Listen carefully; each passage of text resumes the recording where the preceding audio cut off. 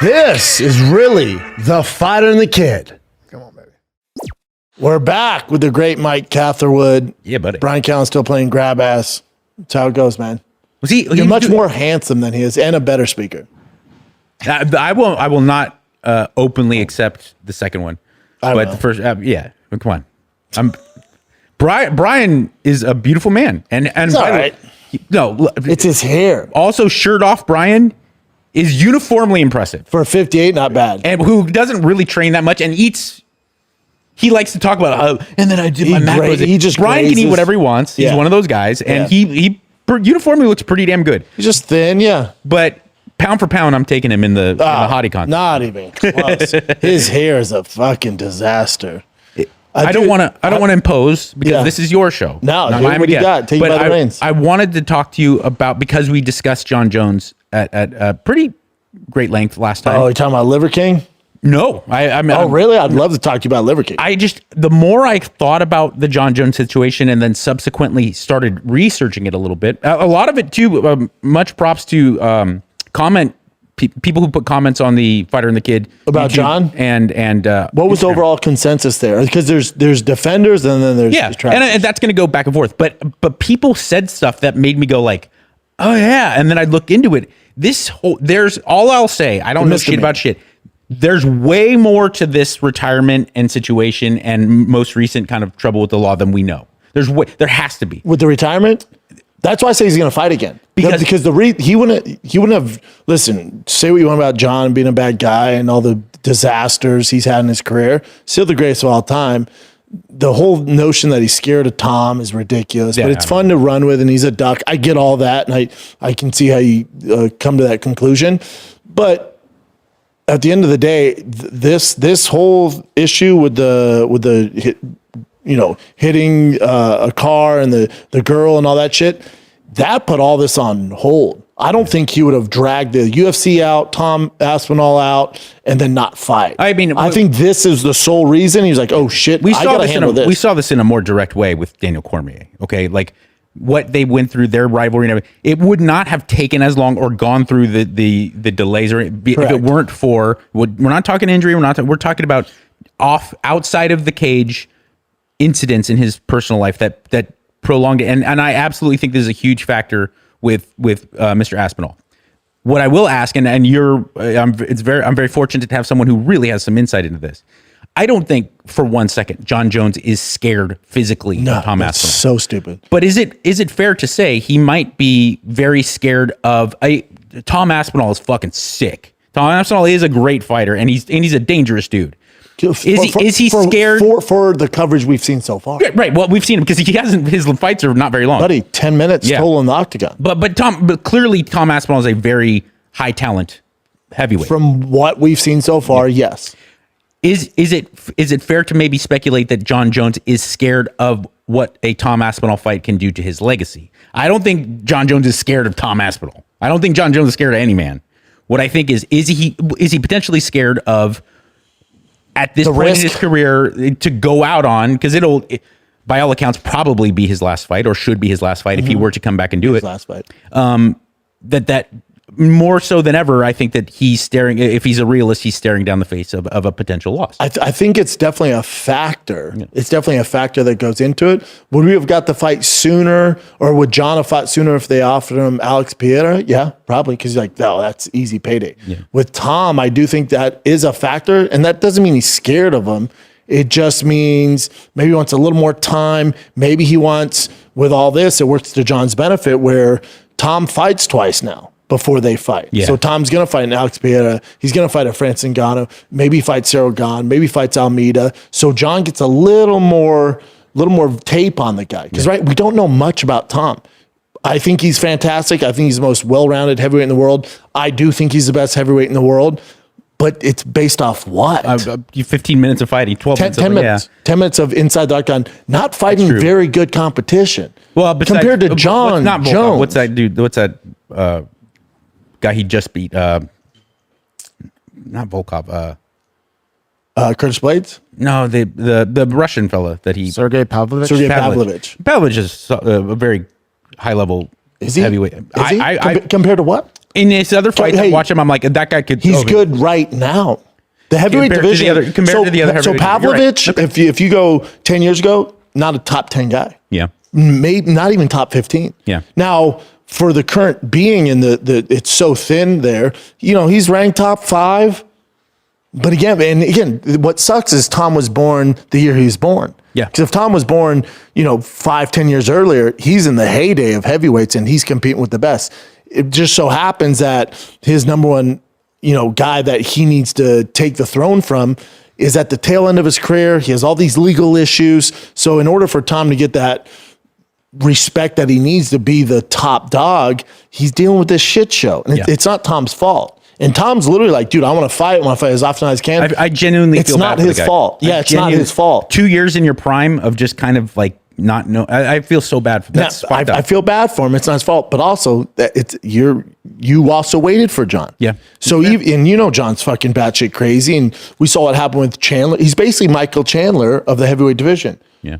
Hey, buddy, if you make a living fighting, this guy's a wild card. Conor's a wild card. Literally, you're talking about the two craziest fucking outliers in the sport, Conor and Jon Jones, and you're banking on those fucking guys? Wait a second, though. Wait. Fight, dude. Fight. I don't think you can compare him with Michael Chandler. There's obvious similarities, but I think the situation for Tom Aspinall was far worse because he was the sitting interim champion the whole time, and the other guy who was potentially the guy who was controversially looked at as another champion made him wait. Because Michael Chandler is like, I'm going to wait because this would be a huge money fight. I'm not going to be fighting for a belt. Red Panty Night. Right. So you kind of totally understand that. And I still feel bad for Chandler, but I understand where Tom Aspinall was painted in such a tremendous corner being the interim title holder. But you can still fight. He could. No. But you can still fight. But hear me out that it does make the stakes for him. And also the circumstances were a lot more dire for a man who, he's like, okay, I have the belt. I've pretty much fucked up everybody else. The one guy who it makes sense for me to fight is the only guy that is making me wait. But it was a little bit. But now you've waited how long? Yeah, and then let's say the UFC doesn't give you Alex Pereira or Francis. That doesn't come to fruition. Now you're fighting the same guys you would have fought sitting on the bench. Absolutely, you would have fought Almeida. You're going to fight Cyril Gane. You're in the same exact situation. You've just lost a year in your prime. Here's one thing, though, I wanted to talk about where I think like this is what leads me to believe so strongly that we have no idea what's really going on. Arguably, the Michael Jordan of MMA, Jon Jones, gets his retirement announced on a fight night in the middle of a press conference. He didn't open the press conference, Dana, going, guys, I have something to tell you. He wasn't going to say something. Someone asked him a question. And in the middle of this very poorly watched fight night press conference, Dana goes like, actually, I found out today Jon Jones is retiring. I think that just What's up with that? I think that everyone's like, oh, Dana knew this was coming. This is bullshit. I know Dana's lied to us before. I'd be willing to bet the fight, they both agreed to it. This pops up. And then they're like, fuck, dude. Like, Dana thought this fight was going to happen. And then when all this shit comes out, Jon's like, fuck it, I'm out. It's the best thing to do is not keep making Tom wait. I got to deal with this. I'm going to retire. Let Tom do his thing, and then I'll circle back around. Okay, so don't you think... think... Dana's like, Jesus Christ. I think you're right. I think that's exactly what I don't think happened. Dana had much warning, and I do think he's being honest with us. Okay, why then, when arguably the greatest fighter that's ever walked the planet of the earth, why is that not an immediate break into news story, Sports Center? Should be on ESPN. Why did we get in the middle of the press conference, provoked by the question about Jon Jones? That's when Dana decided to go, oh yeah, by the way, and we're not talking about some guy who's kind of on people's radars if you're a really passionate fan. We're talking about arguably GOAT, pound for pound, the guy who is the fucking man is calling it quits. How did that not become? I think if this is 10 years ago and I think Dana's 1 foot in, 1 foot out of the UFC. He's not really the man behind the scenes making the fights, doing all that. He has shareholders, he has Endeavor, he has TKO, and then he's also getting ready to promote arguably one of the biggest fights in boxing history. So he's kind of in that world. So he's dealing with all that. If this is 8 years ago, before all this, and he was still the front man of the company, you would have got it. Breaking news. He wouldn't have released it to ESPN. He wouldn't have released it at a press conference. You would have got it from his mouth on his Twitter. Yeah. That's what he usually does. I just think he's kind of like, oh, here we go, Jon. This comes, I agree in that regard too, that and it's not a bad thing. The guy's made all the fucking money in the world. He can do what he wants. I do feel like it's kind of a bad thing. No, okay. Crimea River. He's, like you said, his life is made, and he has his, like, Dana's legacy, whether you like the man or not. He's the greatest of all time. Is huge, and it should be well recognized. But I do feel like the last 2 or 3 years has been a bit torturous for him, because he did put fighting first when it was Dana White in charge with the Fertitas.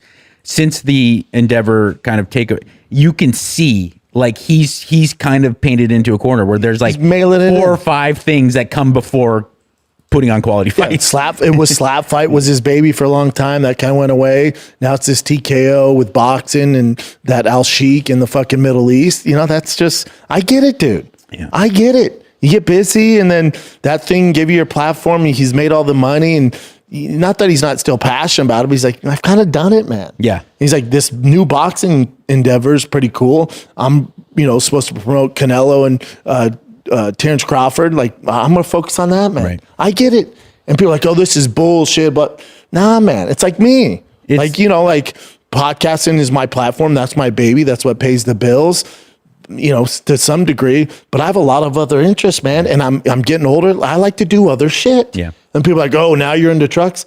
Yeah, dude. Yeah, that's what I want to fucking do. Yeah. I'm 42. I do where the fuck I want. By the way, and again, I took some plaque and everything, but I stuck up for this man. It's America. If you want to criticize Mr. Schaub or whatever comedian or podcast, it's your business. But I get pissy when it's totally baseless, and I go, and I know the real truth. And I went on a rant about people talking about your lack of self-awareness. I go, that's not true. If you want to criticize Brendan, that's your business. Don't talk about lack of self-awareness. I know the reality. Here's another thing. If you're going to be like, oh, you're into trucks now, shut up. Brendan is the biggest fucking car geek to an annoying extent, and has been since 2004, since I ever met you. It's just, I have the freedom where everything's kind of at cruise control, and I can do that. Yeah. Like, this is good. I can go over there, man. I do whatever the fuck I want. Now, but I do think it's weird, and I think we're going to see a lot more of this because of, brain trauma, stuff like that, and just people are fucking crazy, and social media gives us that, opens that fucking window now. So you have Jon Jones, you're like, Jesus Christ. You have BJ Penn drama going on, and they have Liver King. Have you ever met Liver King? I have not. So he came on our show. This is before all the PED shit came out. To me, I was like, wait, hold on. Everyone's surprised he's on fucking gear? Yeah. Are you serious? Oh, I have oceanfront property in Nebraska to sell you. Are you fucking really? This is an actual thing? I got some crypto. And so when it came out, I couldn't believe the amount of shit he got. Yeah, whatever, And, so when I met him, great. He was a great dad, super humble, super nice. I enjoyed his company. Then he gets busted, calls me. He's freaking out. He's like, I come on firing the kid. I'm like, this isn't the platform. I like you too much. I'm not going to hold your feet to the fire. Andrew Schultz is your guy. His show's way bigger than mine. To reach the masses, I'll connect you with Andrew. He flies Andrew literally the next day on a private jet, does flagrant, and Andrew does hold his feet to the fire, but is also given the benefit of the doubt. He's the perfect guy for the job. Andrew's one of the best, right? And then, me and him have texts back and forth. I always support him. I know he's going through a tough time. And then in his doc, he features firing the kid, which is great. I think it's like third time we're on Netflix, not a big deal. And then he starts going bad on Rogan. And I'm looking at the videos, and the alarming thing is, as a content creator, he's shooting it. He used to have a staff. Like, I don't know how many fucking people, 12 when he came. Yep. Like a staff, dude, with those high-end Sony Red cameras, like not my bullshit. Yeah. Like, I'm talking high production. But then he's going through this manic episode, and notice it's all shot on his cell phone. Yeah, it's all him, and I went, oh, he's lost the crew. Like, what's going on there? And then he starts threatening Rogan and stuff like that. I'm like, well, now, bud, now you're kicked out of the club. I can't support this. And then my first initial reaction is, what the fuck is he doing? And then it's like, is he clout chasing? Like going for Rogan and who's never done anything to him? Like Rogan's not your enemy, dude. And then, so I'm like, God, this is so lame.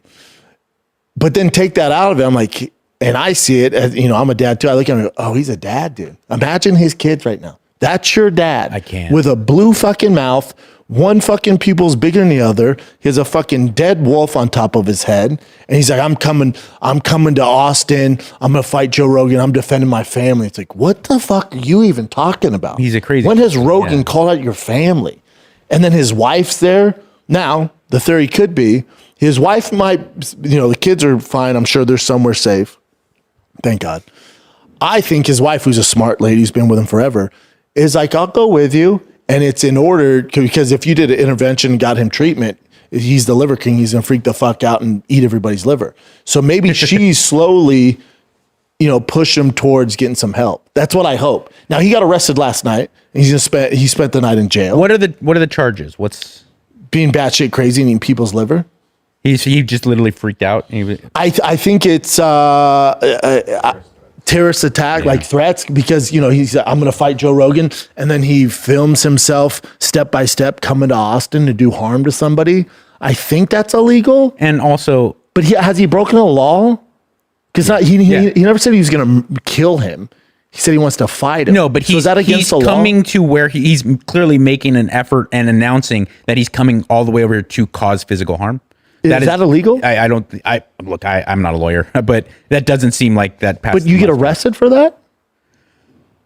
Like, I want to know, like, because he clearly in his videos, and I've stayed there a million times, he's at the Four Seasons downtown. Yeah. That's where he got arrested at. That's crazy. That you have to be a rapper usually to get arrested at the Four Seasons. Yeah, Four Seasons pretty loosey-goosey. It's like... I don't know. I would love someone who's an expert in the field, like an attorney or a cop. But I think Lex is here. Lex is an attorney by trade.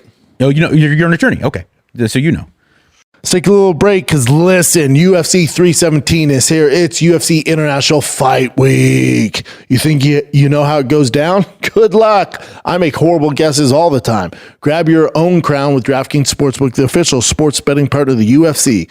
A new champ will be crowned. That's right. Makhachev moved on up, so the belt at 155 is available. Is it going to be Topuria? Is it going to be Charles Oliveira? We'll see. It's a vacant belt. It's going to be fantastic. You have Pantoja, and he's putting his flyweight title on the line against Kai Kara France in high-stakes co-main event. New to DraftKings Sportsbook, here's your main event.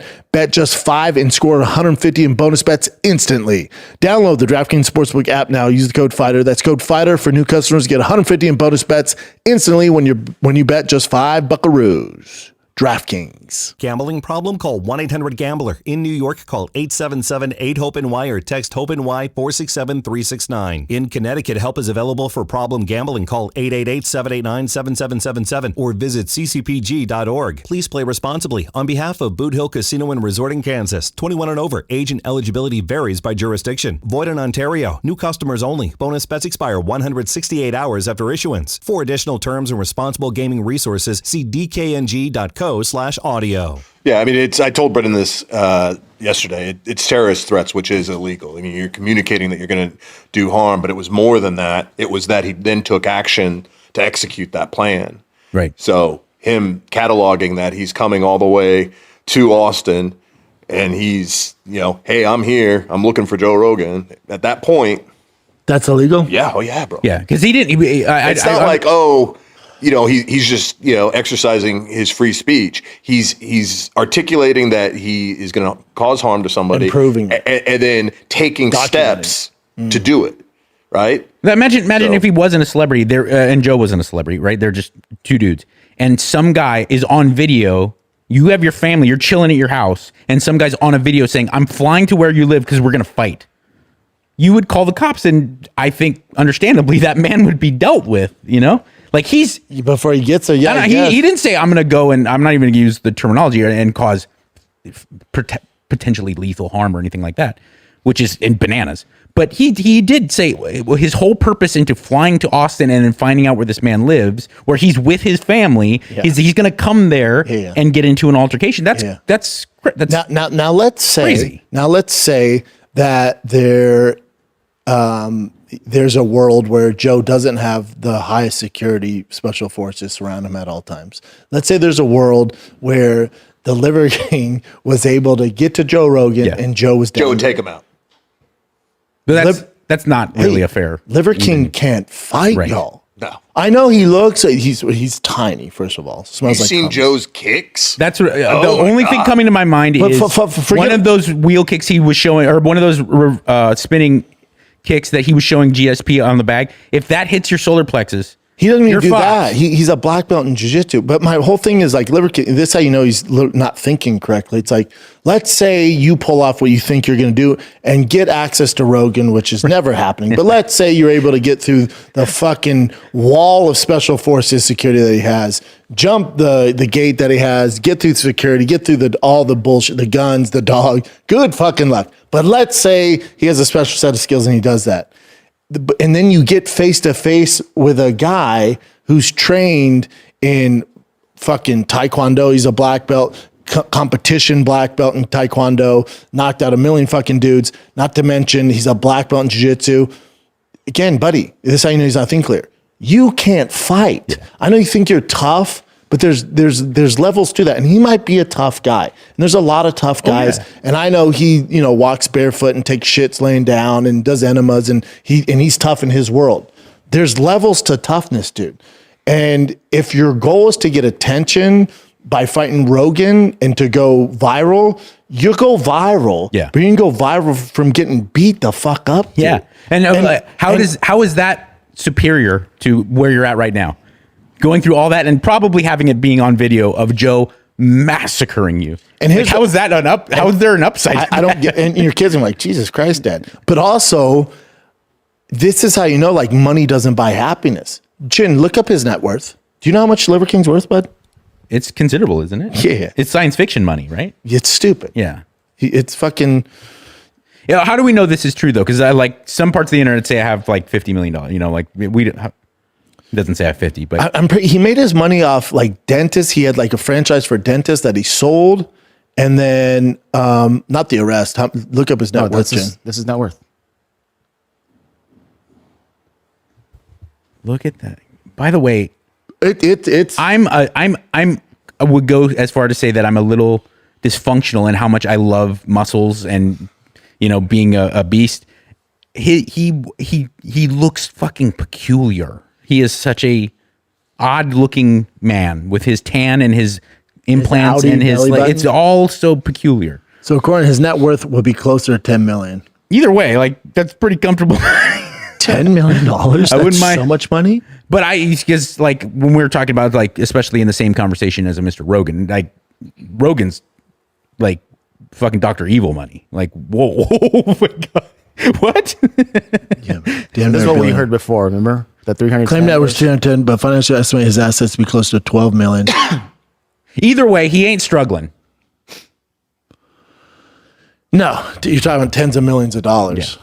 But it just shows you, it has to be a manic episode. It's not good, and it doesn't end well. Doesn't end well. When he first came clean, and it was a big, especially in like the bodybuilding fitness world, it was a big deal, and I was talking about it extensively on my podcast because I said, I don't want to talk about this. I'm going to talk about this to hammer home how much I think it's the biggest problem here is that we are making this a conversation. Given a platform. The guy who was like comic book character jacked at 50 is lying about being on steroids. Welcome to fucking every gym in the world. Like he was lying to make money. He was selling his products. My 9 primal tenets or whatever it is, you can have the same thing if you do them. See, that's where he fucked up. If he would, it just doesn't make sense to me. Because if he would have came out and said, yeah, I'm on gear, because his tenets are great things to live by. Absolutely. So you get healthy and strong. I would recommend all young men that are interested in your all physical that health. Shit. Yeah. So, but it's like you can still sell supplements. Fucking bodybuilder sells billions. It's $1 billion industry selling supplements. Clearly, they're on gear. Yeah. Any guy you see, The Rock is on fucking all the gear. But the people buy Under Armour, and if he had supplements, it would fucking crush it. If he just came out and was like, yeah, I'm on stuff because I'm 50, but I'm super healthy. Like, this is the stuff that I live by. You two can do this. Then there's no issues. Now, maybe he doesn't make $100 million, but maybe you make fucking $10 million. You're still crushing it. And it's sustainable. Yes. You know, that's the thing. Yes, you're not lying to your fan base. I don't, and there's certain level. But also, did anyone look at him and go, that's what I want to look like? That's my question, because like I said, I'm obsessive about It's awkward. jacked and leanness. Yeah. Being a hot tan jack dude. I don't see that and go like, whoa, awesome. I go, wait, well, that's very strange looking. Yeah, it's uncomfortable. Yeah. Like his whole stomach, all that. I'm like, I don't know what's going on there. And his belly button's a disaster. That being said, and everything I support fully. That being said, there is a handful of fitness influencers out there that do the natty thing, that are totally natural, and people give them shit. Like, I also, as much as I want to say, kids out there, when you're seeing a 50-year-old guy and he's huge or he's on TV. Yeah, and he's huge and lean. You don't do both, especially maybe when you're 19, sure. Yeah. But if you're the Rock, it's like, this isn't debatable, okay? That being said, there's people that are out there lying. I do want to make the point. There's plenty of people who have amazing physiques and perform amazing levels of physical without PEDs, 100%. that are natural and that claim to be natural, and they get a lot of shit. And I have to always mention this. I got in trouble. I didn't get in trouble. I actually it was more of I felt bad for the guys, and I went on and over again apologized. The Mind Pump guys. I went on Mind Pump with Dr. Drew. Those guys. They're awesome. They're all awesome. And I didn't say it as like, well, yeah, but it's that from my culture, from the way of life that I've had being around people who are jacked, we all used gear and we were all open about it. I assume everyone's on shit. Right. So someone else asked me on an unrelated podcast or a radio show or something, but those Mind Pump guys are on juice, right? And I go like, yeah, sure. Probably. Yeah, I don't give a fuck. And it was very dismissive. They made a big point to show they're very natural and that they encourage.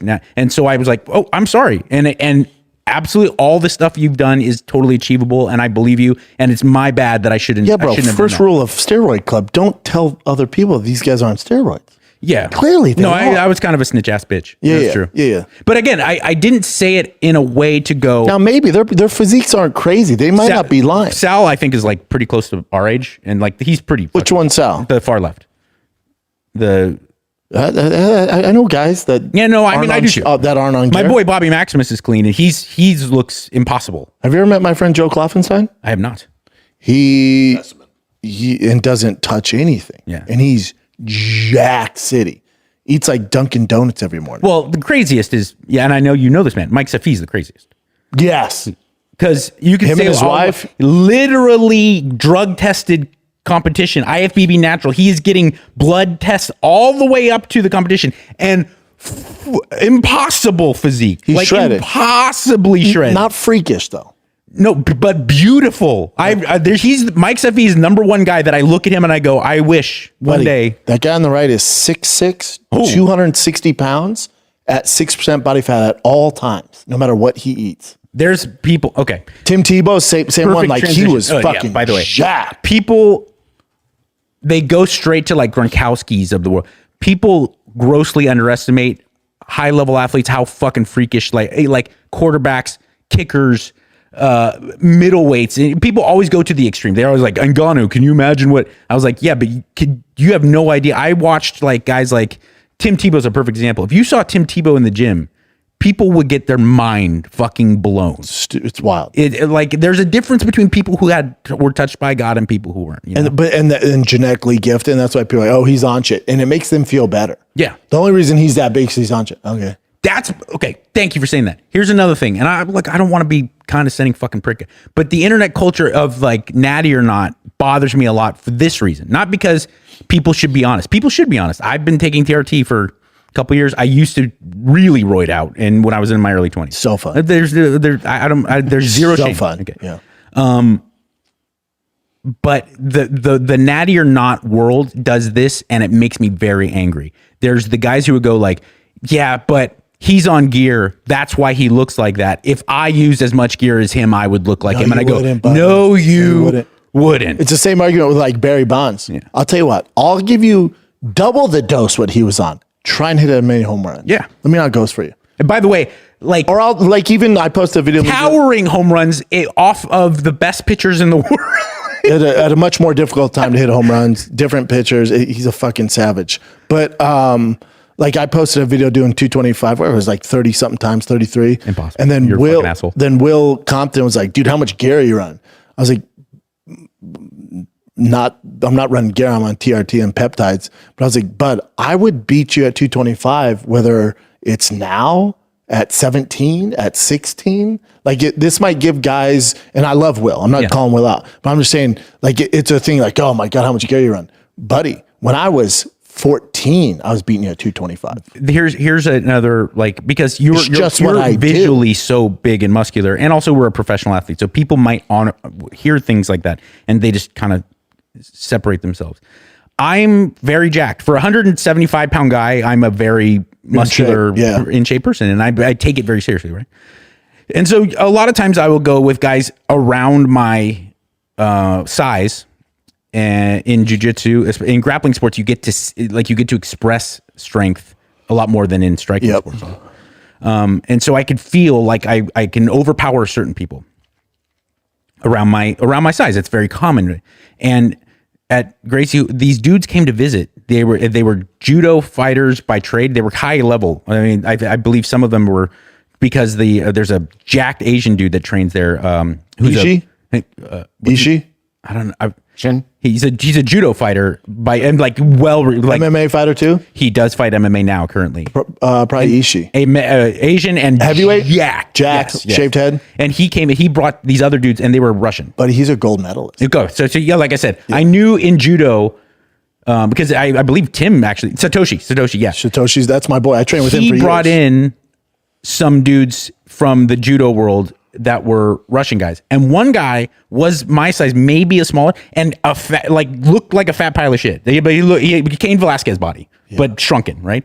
So I'm very wary because he's a high level judo guy. So if we were in stand up, I don't care what his physique looked like. I'd be like concerned he's going to football spike me. Ride, yeah. But we started from our knees, and I kind of was hand fighting, and he leaned back and got in guard, and this is in gi. I'm in his guard, and he grabbed my lapel. His arms look like shit. Like, I mean, potbelly, hairy potbelly and shit. Grip. And not only could I not break it, I got physically scared inside because he grabbed my lapel and just went like this. And I was like, oh my, what the fuck is happening right now? Like, so there's people, from their lifestyle, a lot of like construction workers with grip strength and stuff. You can't even compare. Yeah. And then also there's people who just like, as well as anyone, Shane Carwin came out of the gate to be a freak like that. There was never, I don't care what drugs you're talking about. Shane Carwin came out of the womb and people are like, oh, what's that? Everyone starts at the same starting line. Yeah. That's life, dude. That's sports, especially at a high level. It's just, we're not all built the same. I want to transition. This is a perfect transition. Great segue from a professional broadcaster like Mr. Brendan Schaub into something that has been burning me up inside since last night I came across it. As we were talking about, many people with their physical performance and their muscularity they were put on this earth to be better than us. Okay. That goes for chicks too. And I love like IG girls who spend all day doing their hip thrusts and they wear nothing but Lululemon. Yeah, great. But then there's the hot chicks that God just said, here you go, work with this. Yep. And that is what makes all of us men go insane. Yes. In the positive direction and in the negative direction. Yeah, they're genetically all gifted. Nobel Prizes, all guys who hit 50 home runs in a season, all guys who went for 2,000 yards in a season. All of this, somewhere down the line, if you trace it back, it's all motivated by poontang. Yes. Chicks trump all that. And you could be the most reasonable guy. Tell me how many of these guys, Stephen Hawking comes to mind, they started off their life in Stephen Hawking's like, and he has then, by the way, the last 10 years of his life was just a collection of spearmint rhino chicks and everything, because that's why you do most everything. Yeah. You come here, candy, sit on my face, suck my dick. All of that gets motivated. And because you can be one of those girls who clearly works really hard to look amazing. And I love you for that. But then there's women. My wife couldn't wrap her head around it. We were talking about actresses, and she's like, "Oh, that girl's so beautiful." I'm like, I mean, she's a hot chick. Yeah. Pretty fake. Then I was like, but I'd eat Ana de Armas's shit. Yeah. You know, but from objective standpoint, you see these girls that are 6 feet tall with big boobs and the whole thing. And girls go, guys would look, and I like, no, Ana de Armas, God put her on this earth to be a sexy fucking, it drives me insane. I can't watch ballerina. Yeah. I can't get through the fucking movie. Yeah. It drives me crazy. Yeah. I was scrolling the internet to all these internet profiles. Oh, look at her. And my wife said, she's very beautiful, clearly, but that's and I said, yes. Oh, yeah. You can compare to these other girls that I forgot who she was mentioning, but there's girl pretty, and then there's guys go insane for. Yes. And there's no real way to explain that. No, there's like beautiful, pretty, and then there's like stunning, hot. You give up your whole life for them. You risk it all. And my belief is the common thread that I've noticed, at least in the girls that I find, it's all over for me when I see her, is that they are the girls that came out of the womb from day one, and God was like, "You're going to be." Yeah, like Francis Ngannou's or Tim Tebow's. They have that. They have that in their skinny arena. waist, big asses, perfect tits. And by the way, you were Faces talking about of God. You were talking about, with all due respect, you're talking about with your beautiful wife. Can she have tortillas for dinner and wash it down with cheesecake, and she just looks like it? That's the way it goes. And then her mom, who's living with it's the same thing. I'm like, this is insane. I'm like, do we have to eat carbs every night? And I feel like, why there's not? something divine about it that they say the heavens go here. This and I feel like that is what separates. I want to show you a picture. Like, I'm going through real quick around my wife. Like, so we go on a walk every night around the neighborhood. I'll go by myself in the mornings. Some people say, "What's up?" You know, it's me with the dog going around. We went last night with her. How we doing, Mr. Shaw? I'm like, the fuck? The fuck is going on? It is. I get it though. Everything's different when you're talking about unreasonably sexy women. Some girls are Ferrari. Some girls are fucking Viper ACRs. Then some girls are fucking big fat Toyota Corolla. You know, it's a great, reliable car that's going to keep you warm and never shut down, never cheat on you. But you know, by the way, no one's going to look twice at it. Worth mentioning, some of these girls that are Lamborghini, like beautiful vintage Countach, where you go like, I can't believe it. Terrible engines. You open up the hood and you're like, oh fuck, what a rotten cunt you are.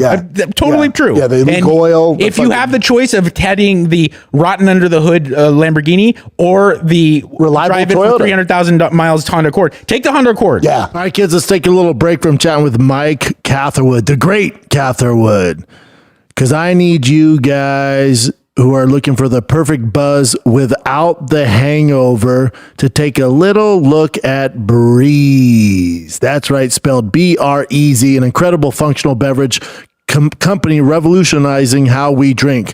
Their line of feel-good tonics offers a unique blend of hemp-derived THC and CBD, functional mushrooms, nootropics, and they create social relieving euphoric effects without the traditional downsides of alcohol. Alcohol's so out these days. And no, these aren't like your typical edible. You'll feel each blend within 10 minutes. The effect will last about an hour and a half. Unlike edibles that can leave you high for freaking days, we don't want that. It's similar to a cocktail, man. Hour and a half, you're good to go. It's mellow enough for your mom to try, but stackable if you want to dial it up, boys. So whether you're looking to turn up, tune in, or tap out, Breeze has a beverage to help you feel the way you want to feel. Ready to experience the future of drinking? Say less. Head to try.drinkbreeze.com/TFATK. Use the code TFATK for $5 credit and free shipping on your first order. Breeze, drinking has evolved. Consult with a physician before you are pregnant, nursing, have any known or suspected allergies, medical conditions, or taking any medication. FDA has not evaluated these products for safety and efficacy. Products are intended for 21 or older. Let's take a little break here because this episode of The Firing Kid is brought to you by O'Reilly, and they are in the business. Keep your car on the freaking road. O'Reilly Auto Parts offers friendly, helpful service and parts knowledge you'll need for all your maintenance and repairs. The team at O'Reilly Parts can basically do whatever you need. They're there to help you. So whether you're a car expert or a rookie, you'll find the employees at O'Reilly Auto Parts are knowledgeable, helpful, best of all, super friendly. Professional parts people at O'Reilly Auto Parts are a one-stop shop for all things auto do-it-yourself. You can find what you need in-store or online. Stop by O'Reilly Auto Parts today. Visit them at O'ReillyAuto.com/fighter. That's O'ReillyAuto.com/fighter. Yeah. Trust me, guys. Your life is going to be better. It is. You're not going to be in the shop as much. I'm not saying you're a better human. You should not at all equate this to you are a better human. In fact, the number one thing that I have found, like I've gotten, I hope my wife can listen to this and not be insulted. The one thing that I really looked at myself and said, I'm oh my gosh, I'm maturing, is that of course physical beauty was a priority when I would be dating women or looking to date Some women. would say everything, but keep going. But it was a huge factor. It was but no, we can pretend love is blind. I absolutely, when I was like 30-ish compared to when I was 20, 21, I absolutely got to a point where I more than anything, I was like, okay, yeah, she has to be hot at some point, or else I'm not even going to pay attention. That's a given, though. But I was like, I need a woman who I look at it and go, she's a good person. She makes me feel good about myself. She's clearly moral. And she's a good mom. Yes. And and I really do remember where I was being honest with myself, looking in the proverbial mirror and saying like, that's totally true. You are now valuing that. And it was one of the clearer signs. Well, that's how you know. I don't have many signs of maturity in my But that's how you know you're getting older too. It's like with the second date I was with my wife, I was like, you're born to be a mom. Yeah. Like she's so loving, caring, obviously hot as shit. Mexican. Yeah. I was like, you're born to be a mom. It's kind of, So you're put on this earth to be a mom. She's like, a fucking ridiculous mom. Yeah. I knew it. And there's if you find a hot one who's not crazy and wants to be a good mom, dude, lock it down. Yeah, and but like all the like dating, Instagram feeds and TikTok and all that. I know it sounds corny, but when you're talking about a happy life, like a good life, all of the fucking boss bitch, all this fucking nonsense none of it matters. It's like who's that? Like your balling career, a woman likes a guy who makes a lot of money, of course. I don't see anything problem, but it all goes to shit and someone pulls the rug out from underneath you lose your job and everything's gone. Who's that chick that's going to stand behind you and who doesn't care? I remember I was listening to Food Truck Diaries. I was driving home from San Francisco 4 or 5 years ago. I was listening to you talk to Dustin Poirier. And he told a story, and I'm driving in my car crying on the 5 freeway. Emotional to his wife. I'm fucking crying because he said, I remember I lost, I was still like a regional up and coming guy, and I lost a fight and things weren't going well for me.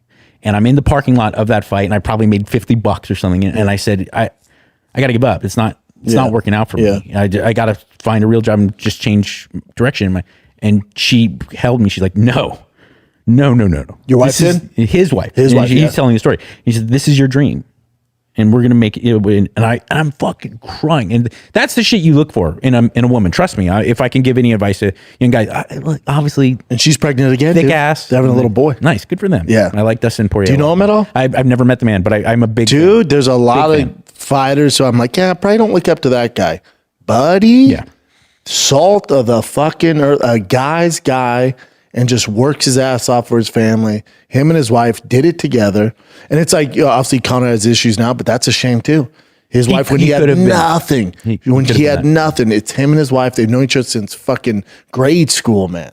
It's just the two of them. But they're very similar to Conor, because we were talking about yesterday, both on and off the air, about how it's sad because you see those interviews of Conor when he was just a pimply faced nobody. Nothing better. And, I've been working in plumbing, but I'm going to be a fighter. Nothing better.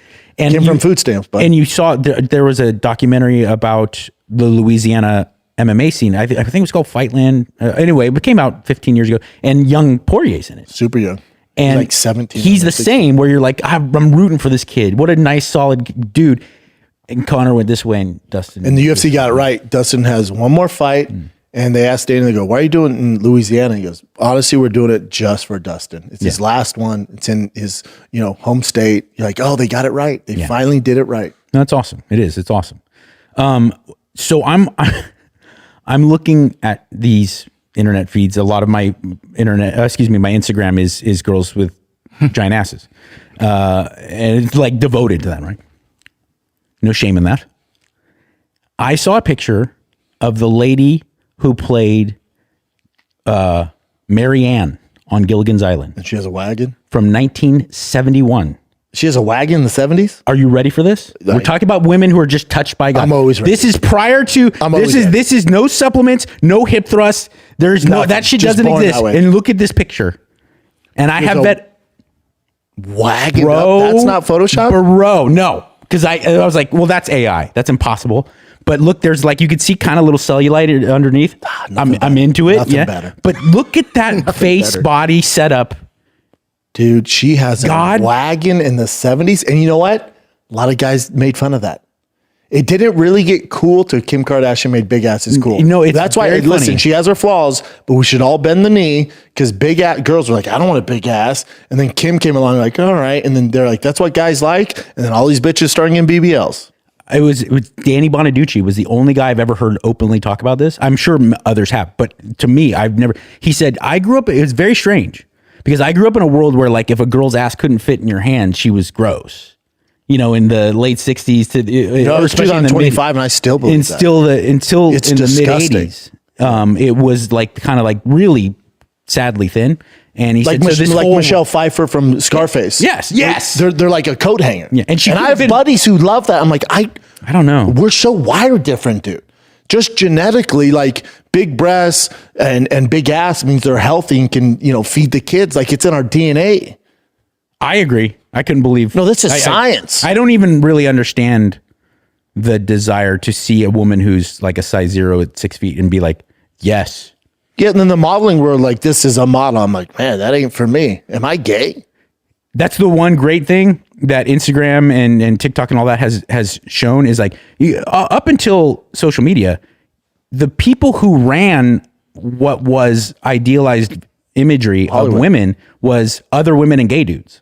And Yeah. I mean, that's it. I mean, fashion designers and modeling agencies, they controlled what we saw. And that's right? why those girls had all those eating disorders because they're trying to get so thin because Then they we want the got clothes control. to look like coat hangers. Then we got control through this. Yeah. And women are like, oh yeah, guys actually don't I can like eat. It's like, yeah, unhealthy. carb up, girl.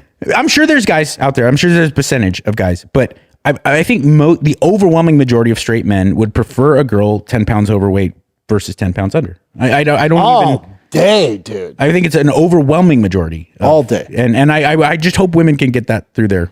Even my wife was losing weight. I was like, "What are you doing? What are we I didn't doing?" sign up for this." I said, "That can if I show up 180 pounds, wouldn't you freak the fuck out?" Yeah. She's like, "Yeah." I'm like, "Yeah, man. Yeah, you didn't sign up for that. You signed up for the big guy. I signed up for the thick ass. What are we doing here?" I feel like I'm talking about two sides of my mouth because I absolutely made the decision to settle down with a woman based almost purely off of what I saw in her as a person and the type of person I thought that she could make me, that I would constantly be pushed to be. Yeah, and that's all better. sweet and fine. But I absolutely like sometimes she'll be on the farm, especially now with the Texas weather being what it is. Sweating. And she's wearing like cutoffs and I'm just like, dude. thank Game you time. for that. Thanks. Yeah, game time. That's game time. beautiful. Yeah, sweating on the farm. I mean, come on, dude. Yeah, it's social media. There's a lot of terrible things to it, and there's also a lot of great things, and that's one of the great things. Yeah. It made women go, "Oh, I don't have to kill myself and cut weight to get a man." I actually encountered the division between what I think is one of the most beautiful things and then also one of the most horrible things with social media. Last night, looking at Fighter and the Kid socials. You look at that stuff. I don't. I made about 2 or 3 months ago, I go, hey, I'm not very good at this digital broadcasting thing because I came up in a world, radio, even if you were balling, even if you were in many markets, you were syndicated, you were very successful, you do what you do and you turn off the mic and you walk away and it goes away, whether people like it or not. If you don't like it, then turn to a different station. Yeah. I had no interaction, even on an advice show. The show was built around people calling in to talk to me. They usually had other things to talk about, and they're not going to waste their time sitting in their car on hold to tell me that I suck. It happened, but it's very, very infrequent. So I just made a decision. It's like, that's what I'm going to do in the digital space. And I suffer from it. I'm not very good at it and I'm not very successful because I don't take into consideration feedback. Now, obviously it's not a good idea to wallow in it and get down rabbit holes because you'll drive yourself crazy. You're never going to please everyone. But I said, hey, this is a perfect example, Mike. You can kind of grow professionally. This is not your show. Maybe you can get some positive or negative feedback on what you and Brendan should be talking about or what you'd prefer people to hear, blah, blah, blah. So I went to YouTube and I went to comments like, talk more fighting. It was, I was actually I was very scared. And of course, was there negative stuff? Sure. But there was it was not only just like positive, like I love you, or I'm not talking about the ego kind of, it was constructive stuff. Like, these comments about Jon Jones, and I was like, yeah, that's actually a good point. I want to talk to Brendan about that. Isn't it strange that we now hear about these legal problems that happened in February, the night after he announces his very peculiar? I agree 100%. And I never thought about that until I said on the show. I said on the show because to that point, that's a great question from that person. To the point, man. That's why I don't know exactly what's going on, because no one's more privy before any of us find out to what's going on legally with his fighters than Dana. Right. So if that happened in February, but then he was still teasing that the fight was done and it's happening, don't worry, it's happening. But you knew that stuff was going on. When the people are like, dude, Dana's bullshitting us, I can kind of see how they come to that conclusion, because but you knew these legal troubles were coming. Yeah. You knew it was coming. You told us the fight was happening. And then Jon retires because of this. I'm with him. What the fuck is going on? My only conclusion is there's way more to this than we know. That's my only conclusion. Like how peculiar it was, the announcement of his retirement, the timing of the release of this new information. Like what is going on with Albuquerque law enforcement, with the UFC? All of it's what weird. Is weird. And then also the fans are like, he's ducking him. Yeah, I mean, I don't think so, because Jon Jones, I trained with him, and maybe because I hold him in such high regard, man, maybe you're right. Yeah. Maybe he is. Maybe that's the truth. At the end of the day, we really don't know. Yeah. So people are like, he's ducking him, or he's not, or Dana knew about this, Dana didn't know about this, the fight was never happening. You might be fucking right. No, none of us know besides Dana, Jon. Tom definitely doesn't know. Tom's out of the loop. Tom's the one that got over in England, just like, I'm training. He's like, I'm ready to go. And then Dana's calling him, feeding him. Don't worry, dude. He told me he's going to do it. Knowing all this stuff's going on, buddy, give him fucking $10 million. You fuck this kid over. The only one who gets fucked out of this is Tom Aspinall. Dana's still Scrooge McDuck. Jon's still the greatest of all time. Right. Tom's fighting for his fucking legacy, and you just put him on the shelf for a year. No, and if you did know this stuff, 2 years, and you just put him on the shelf, the fuck are we doing? And Tom, by all accounts, well, we don't know. I've never met the man. I've never even been in the same state as the man, but he seems like a great guy. Yeah, Aspinall seems like a great dude. Great guy. Grew up in the gym. Close family guy. What is ideal situation now in the octagon? I have my opinions. What do you think? At heavyweight. Here you go. I think. All right. You guys fucked over Tom. He's lost 2 years of his prime. He wants to be the very best. We're going to see how much the UFC actually cares about Tom, depending what matchups are next. Mm-hmm. If they don't think he's the real truth and they don't really give a fuck, you're going to see Cyril Gane, which nobody gives a flying fuck about that fight. Bad choice. You're going to see Cyril Gane, which the fan base is going to revolt, and everyone's going to be so disappointed because you promised this mega fight, which didn't happen. You're going to get Cyril Gane, then you're going to get Almeida, a complete jiu-jitsu guy. Tom's going to fucking annihilate him. So those are going to be his next 2 fights if they don't give a flying fuck about him. If they want to do what's right and pay back Tom for his time and for all this headache, you would do Alex Pereira next, which is kind of a gimme fight for Tom. He should fucking destroy him. But we don't care about that. You owe him that. Yep. You owe him that. Bring the land out the slaughter. And it's a ratings blockbuster. Exactly. We'd all tune in. Get ratings. He makes a ton of money. And there is a world where Alex lands a shot and it affects him. You can't be hit that hard and not have it be a possibility. For sure. Yeah. So there's that. And the fan base will go crazy. Okay, we got a super fight. We're not going to complain. You still fucked them over, which, the internet's still going to bark at. But at least you're making it right. So you do Tom Aspinall, Alex Pereira. Cool. That's a great fight. And you do that this year. Man, that's a fantastic fight. Then after that, despite whatever issues Dana has with Francis, it's not 2010. Dana doesn't control everything. It's TKO. You have shareholders. PFL cannot, they don't have an opponent for Francis. He's out there in the middle of nowhere. He's ranked number 1 in the world by all metrics. He did the boxing thing. The fan base knows him. The casuals know him. You fucking figure it out. Yeah. You get Francis back. You do Alex Pereira, Tom versus Francis, and if Tom beats both of those guys, he will be regarded as the greatest or one of the greatest to ever do it, at least number one right now for a fact. And then, what happens? Jon's gone through his whole legal shit. Now Jon's like, now I'm down to fight him. Yeah. And then the last final boss is Jon Jones. It goes Alex Pereira, Francis Ngannou. Your final boss is Jon Jones. Tom's the greatest of all time, makes all the money. That's how they should treat him. I agree with everything. If it doesn't go down in that fashion, and they give him Cyril Gane, and they give him fucking Almeida that nobody gives a flying fuck about watching, now you know what they think of Tom. I agree. But the only thing I disagree with is, do you want that final boss fight to be Jon coming back, considering I really disliked, I got why he did it, because it was probably a huge payday, and he's a family man. You talking about Tom Stipe? Are you talking about Stipe? I was really sad watching the Stipe fight, because it was 40-year-old Stipe who hadn't fought in 2 years. I did not want that to be my last image of a guy who was a fucking legendary. That's how it goes. Yeah, that's how it goes. So, that's my sport. That's my only complaint. And he probably made, I don't know, $5-6 million. And where else you gonna do that? I get it. I support it. Dude, spinning heel kick me in the fucking liver for $6 million all fucking day. So, he at least didn't get completely annihilated, but, it wasn't very fun to watch. Yeah. But I do think, and this is also discipline to Jon. All right, kept this dude on the shelf for 2 years. You've dragged all this shit out. We have to deal with all your legal bullshit. Here's the money that you asked for, whatever, 25 mil. Here's Tom Aspinall at the highest fucking level, confidence through the roof. He took out Alex Pereira. He took out fucking Francis Ngannou. You have no choice. He's the number one fucking guy. Here you go.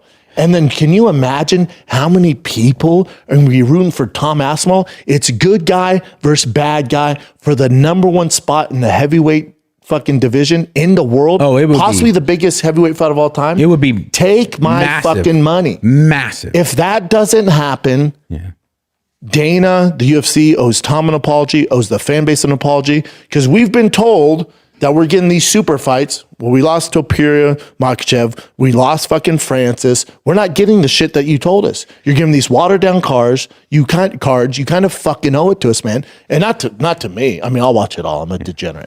You could keep doing it in fucking Apex and I'll watch it, whatever. But you owe it to Tom. Yeah. Because the division under your guys' account is a complete shit show. There's nobody we give a fuck. It's kind of your fault. It's also, you don't have any fucking recruiters. You don't have any scouts looking for heavyweights. The division, complete fucking nightmare. Do it for Tom, man. And also, you also need stars, bitch. Lest we forget all the things you said. I didn't mean to call anybody a bitch. I can't think of the last time where I would be like, my dick's hard for this heavyweight fight. And that I would be all three of those fights you mentioned. I'm like, I cannot wait. Call up the homies, come over. We're going to party. 100%. So yeah, totally true. And another thing that factors in, I believe it was the King of Westland, Mr. Chael Sonnen, who pointed this out. Alex Pereira might literally be the only guy in the history of MMA that can legitimately be champ. I can't think of another one who could ever potentially legitimately pull that off. Islam. You think? 55. Could he go 85? To 85? I don't know. It'd be tough. To your point, you might be right. There's a very few guys. Islam, maybe Topuria, they're bigger guy. It'd be tough. But to your point, you're right. The reason I was thinking about what he was saying is like, A, the way Alex fights and the way he hits, true. B, how fucking he's that big. When you see him, you're like, what? How do you not fight at heavyweight? He's 242 now. How do you not fight at heavyweight? Now, I will say this. But Islam, who is remarkable, is such a control-based fighter. Do you think going up to guys that heavy? Because I don't know him, but I've seen him in person, Sean Strickland. And I'm like, you fight at 185? He looks like an NFL fucking football player. They're so big. And I know Islam. Islam's so much more skilled than them. He is. Islam's sick. Islam's so. And Islam walks around about 200. Is he that big? Yeah. I've never seen the guy yet. Islam's so maybe it's big. A lot of that. And then also you got to remember, and this is why what Alex is doing is way more impressive. Islam's base is grappling, so his chances of failure is so much smaller than Alex Pereira. Like what Izzy did, being just a striker, dude. It's the level of difficulty is insane because when you fight Izzy, when you fight Alex Pereira, They're not going to submit you. No. There's no wrestling. You know the game plan. All they do is strike. Yep. So it's not that it's easy, but it's definitely more easy than a guy if he's striking, grappling, fucking wrestling. That's a fucking nightmare.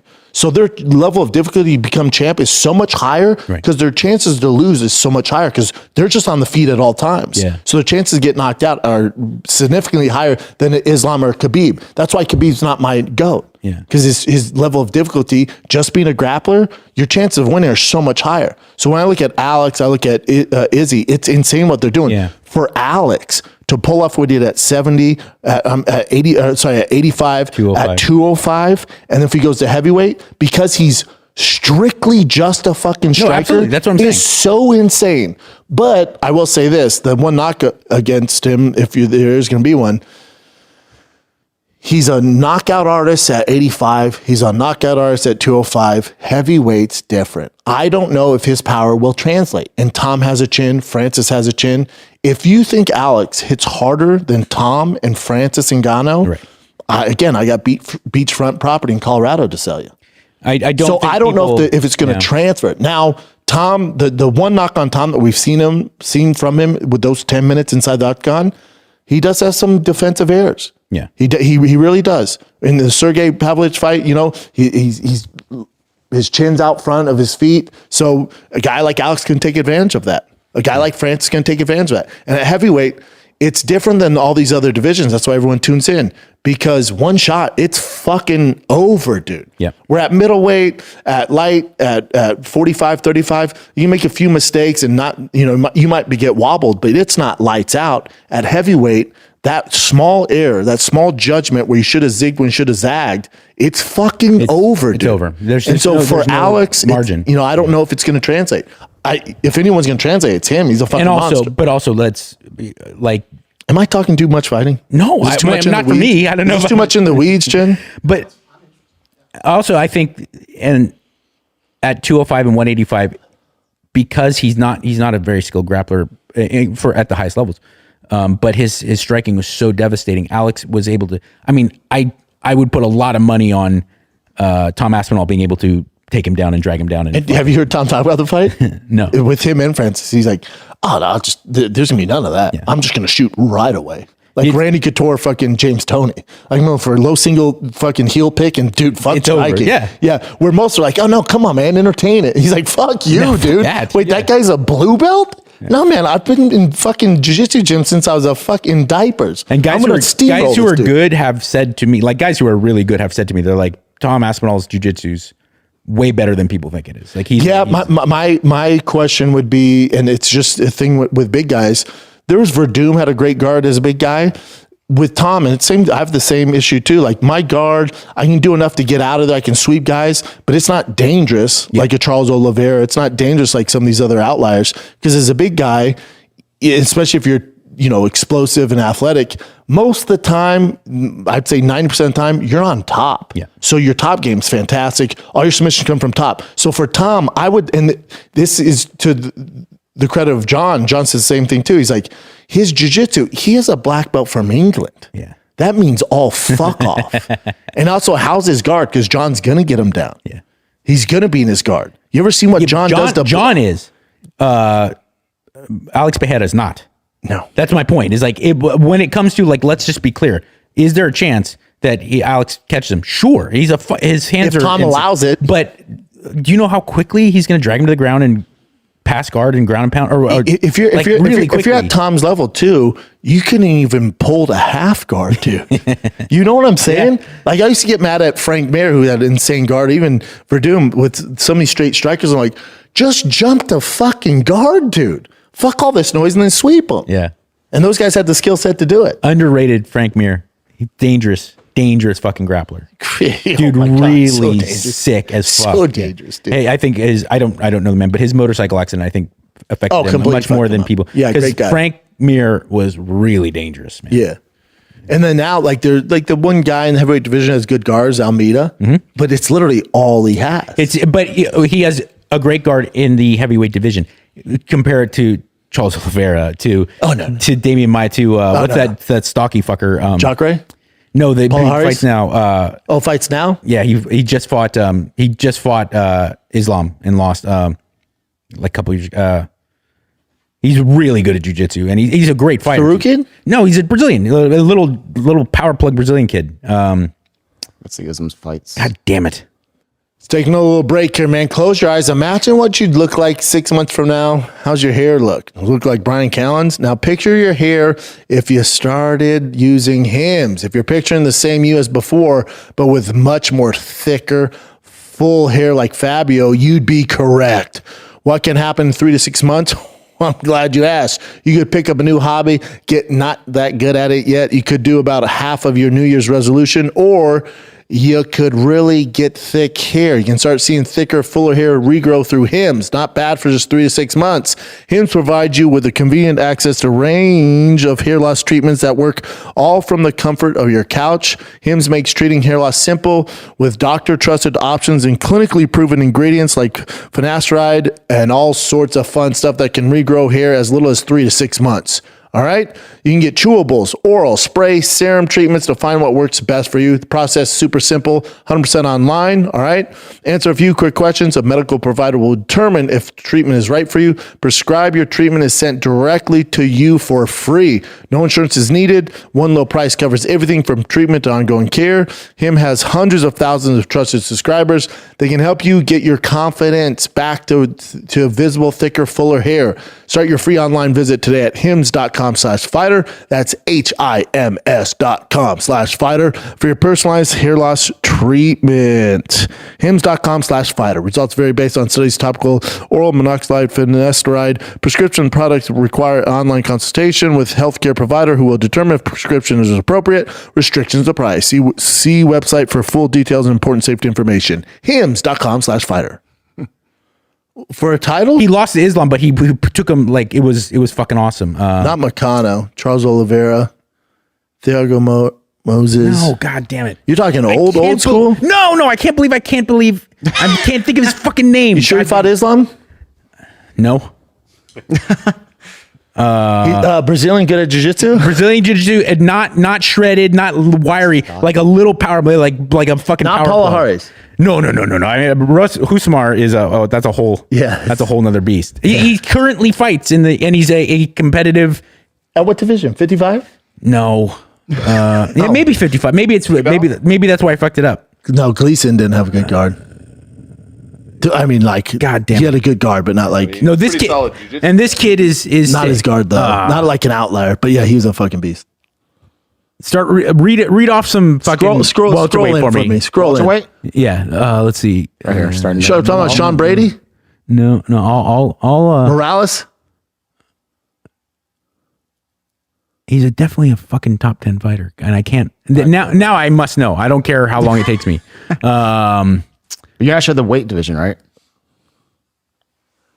He's not a light heavyweight or a heavyweight, and he's not a bantam. He's a stockier guy, but I can't, off the top of my head, I don't know if he's 55, 70 or 85. Now a guy who's a freak with jiu-jitsu would be RDR. RDR is sick. That's not who you're talking about. And he's my boy. No. I don't know who the fuck you're talking about, dude. You said he fought, but you're not sure if he fought Islam. Did he fight currently? Yes, he's a competitive fighter now. In the rankings? Yes. No, I can't for. What if he was like Max Holloway? There he is. No. I can't for the life of me believe that. I can't think of his name, and that he is. It's gonna bother me all day now. And no, it's gonna bother me now. I'm dying. Oh, God damn it! All right, let's move on. I'm sorry, I fucked it up. Okay, here we go. All these divisions. I wouldn't be surprised if you're talking about like a 45er or 35er. Not gonna lie, Mike. This is a little anticlimactic. I know. I fucked this all up. I've absolutely shit my Ortega's pants. a guy with a good guard. I shit my pants on this one. A good guard player, man. You're not talking about Figueiredo, stocky Brazilian. No. Yeah, You're sure? I think he fought Kamzat. That's not 85 then. Gilbert? Gilbert Burns? No. Gilbert Burns. Insane, bro. Yeah, he's a world champion jiu-jitsu That's guy. okay. Like, that's his thing. Wait. Okay. I'll take the blame for this one. I fucked this up. But I also said Man. really Holy good at shit. jiu-jitsu. He's a current competitive fighter. He's stocky, Brazilian, not wiry, not ripped. I mean, I did a pretty good job. But you started with Islam, so we're just thinking like lighter weight. No, I know I fucked You up. were all over the place. I fucked up. Like, Gilbert's been fighting for a hot second. Did he fight Kamzat? Who? Yes, he Gilbert Burns? did. Okay, that's and what it was, I was it was a asking good about. fight. Good fight. That It was really the fight good I was fight. thinking of. That Where was a he really took good fight. him the distance, didn't he? Had a damn good shot at winning that fight.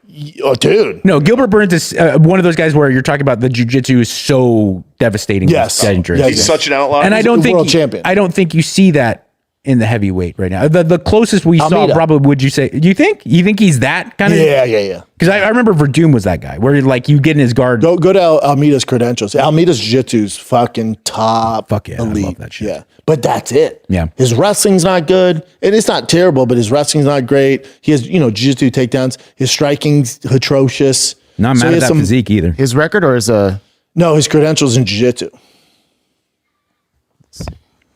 He won. I think he won. Yeah, he won Mundials or something. Like he's legit as fuck. Don't get me wrong. Keep going down, Chin. It'll show us jiu-jitsu. Keep going down. Now, he's a guy where he could compete at 205, I think. Keep going down to jiu-jitsu, Chin. look, that's the bottom right there. They don't have anything on his jiu-jitsu? Usually it's on that right side.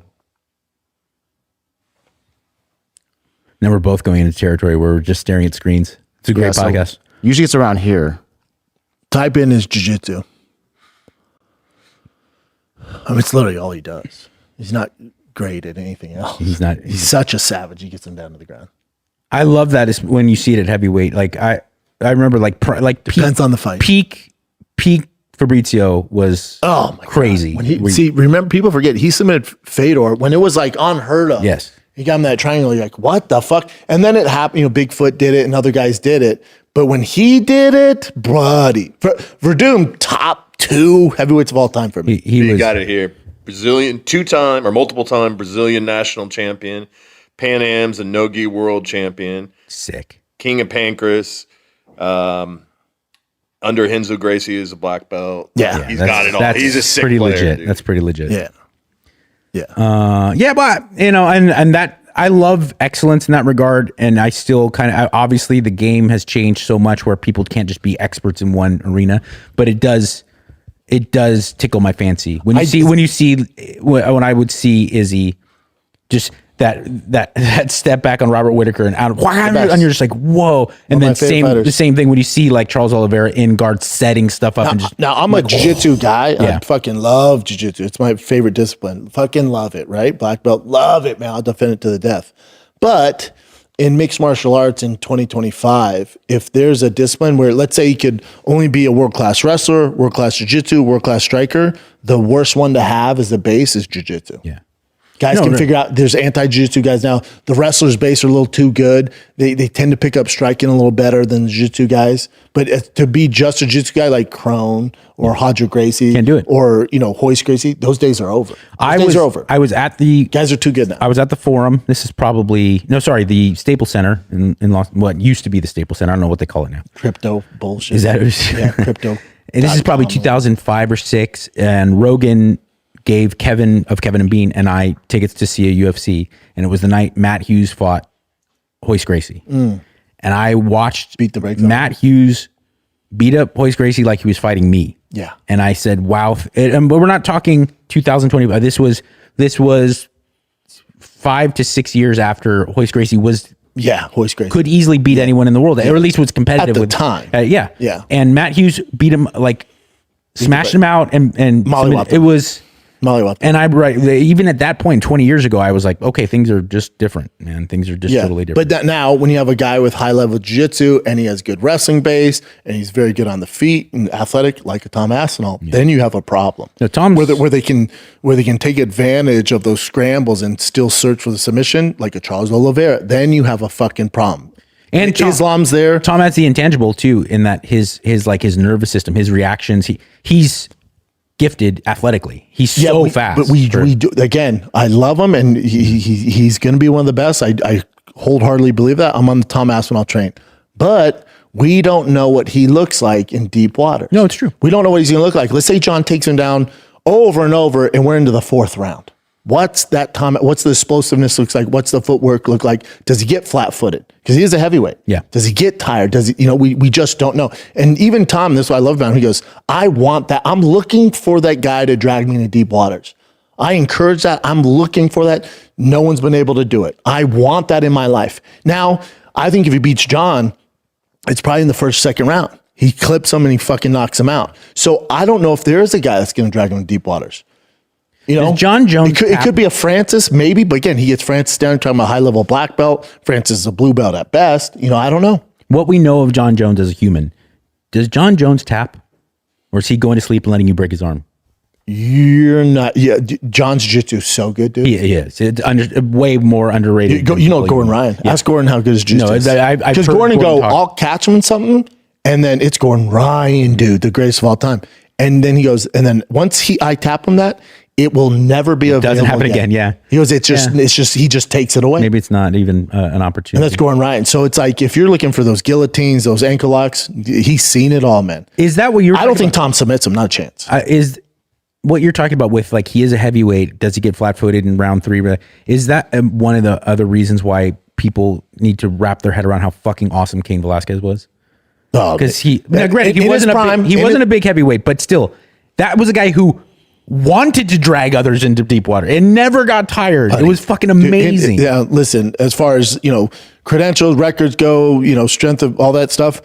If you gave me one heavyweight, you said he had to represent Earth versus fucking Mars if they had a UFC, and you have to one heavyweight up from all the generations, one heavyweight, and Mars started their fucking own fight league up there, and you only get one to represent Earth. Yeah, and I could only one in the prime. It's Cain Velasquez. He was prime. Cain Velasquez beats the brakes off Fedor, beats the shit out of Francis. Yeah, you name it.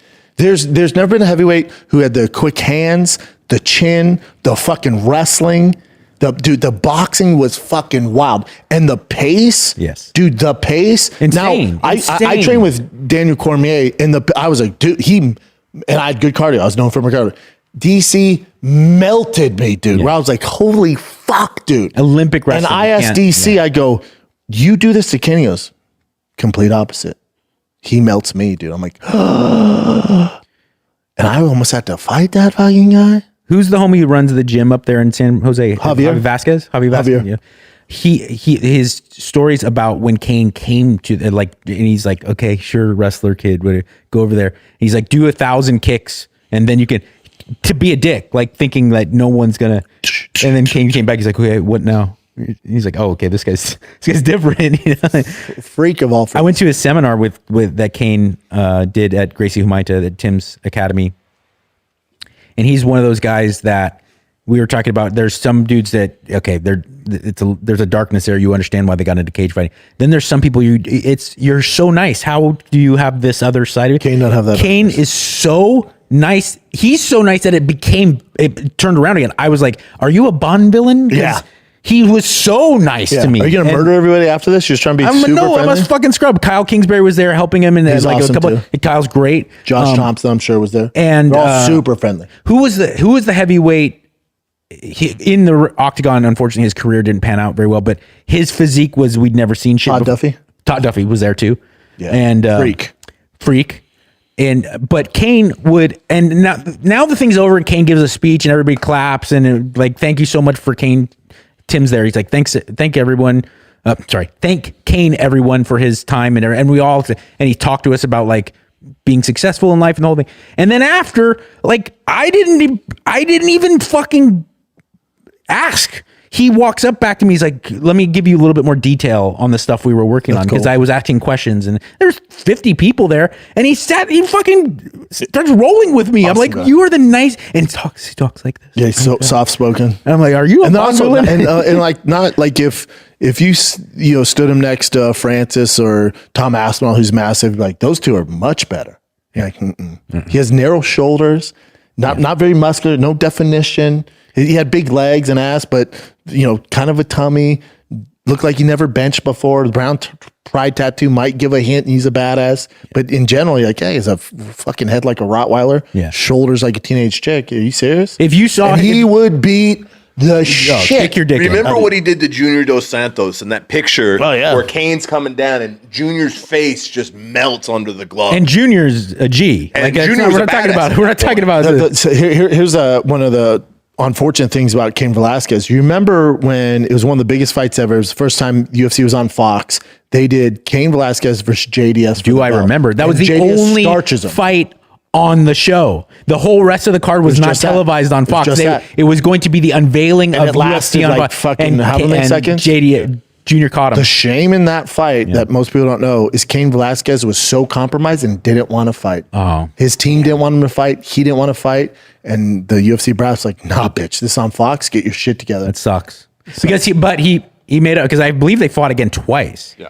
And we're talking. Did you see what happened? Different level of ass kicking. Dude, the face. I remember that picture.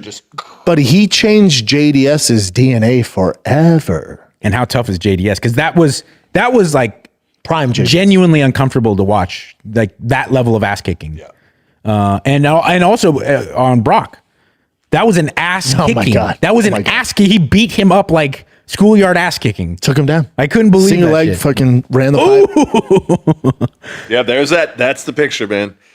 If That one is like etched in my memory. If you have to pick one guy, if you have to pick one guy to represent Earth for heavyweights in the prime, it's Cain Velasquez. That makes He's sense. The greatest. That's an guy to do it. absolutely great choice. Because, and also really, especially for heavyweight, he was so complete. Yeah, obviously wrestling was what got him to the dance, but his footwork and his cardio and his ability, he could submit guys if need be. I mean, he was such a complete fighter, man. He was really, I was a big fan. The best. But, best to ever do it. and then also like, He's supposed to get out in January from prison. Kane's complete, right? Good. But then there was like prime Uberim, where that also gets my dick hard. Like the idea of like someone who can just ding ding, and then everyone's like, oh shit, and then that when he kicked Brock in the chest, in the stomach, and he knew he had Brock's like, stomach, and he knew he had a stomach issue. And he's You know just how like savage standing that there, is? like, why? And he's built like a fucking Greek god. That dude. Anthony Rumble Johnson, prime Anthony. Sure. It's like, okay, what the fuck's gonna? But dude, Uberim, juiced Uberim is by far the best looking, and you're talking at the time too, the most talented striker in the world, and he's on juice. Devastating. Yeah. Fuck off. No, He's like 170 pounds now. And here's what He's people, tiny. he's like vegan or some shit, Yeah. run for governor. But here's the thing that's weird too. Also, phenomenal jiu-jitsu. His guillotine is fucking world class. What Uberim did, shouldn't have to use it. What Alistair Overeem did in learning his jiu-jitsu is what Damian Maia should be like. Let me think of a better example. What are you saying? For someone to be that, essentially, he was a professional kickboxer. And to have the K1. progress of where he got to with his jiu-jitsu, like again, is he winning ADCC? No, but to grow the way he did was amazing. Like, I don't know if I can think of someone who's gone the opposite direction Such a savage. quite as well. Like, is there someone who was like dominant, competitive jiu-jitsu fighter or a grappler that became Gilbert like Burns. Johnny Hendricks? Johnny Hendricks was a wrestler that could knock through. Gilbert Burns, good example. I mean, when I met Gilbert at Black House, he was just our jiu-jitsu coach. Yeah. No striking, no wrestling. And then you see him in the UFC, it's fucking heavy hands, dude. Heavy hands. That shit, I mean, that's so... I mean, impressive. Werdum, Werdum, the way he got into it, he was Crow Cop's jiu-jitsu coach. Yeah. Well, and also... And he's like, man, you're a badass. That's a and great he's like, example. say less. Let me try this striking thing out. I am a very passionate fan.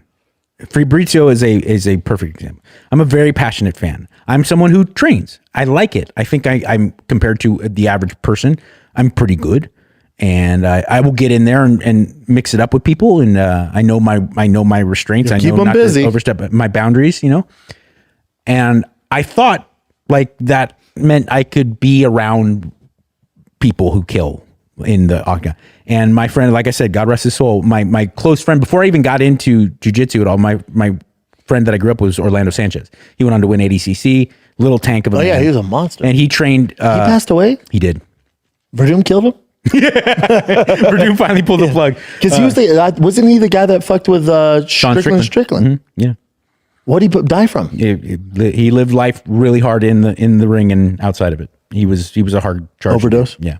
That's such a shame. And also on top of that, he was his strength and size and power was absolutely an asset, but he was like not in shape. He didn't take good. He ate too much, and that's such a shame. And it was like, and I really it was very sad because we were very close. He was you grew up with him. I did. He grew up in La Cañada. I grew up in San Marino, and we knew each other like football, just hanging out. And then I got to know him after graduation because he was way into powerlifting and lifting weights. And we lifted weights together at Gold Gym Pasadena. We immediately bonded. We were friends. We were boys.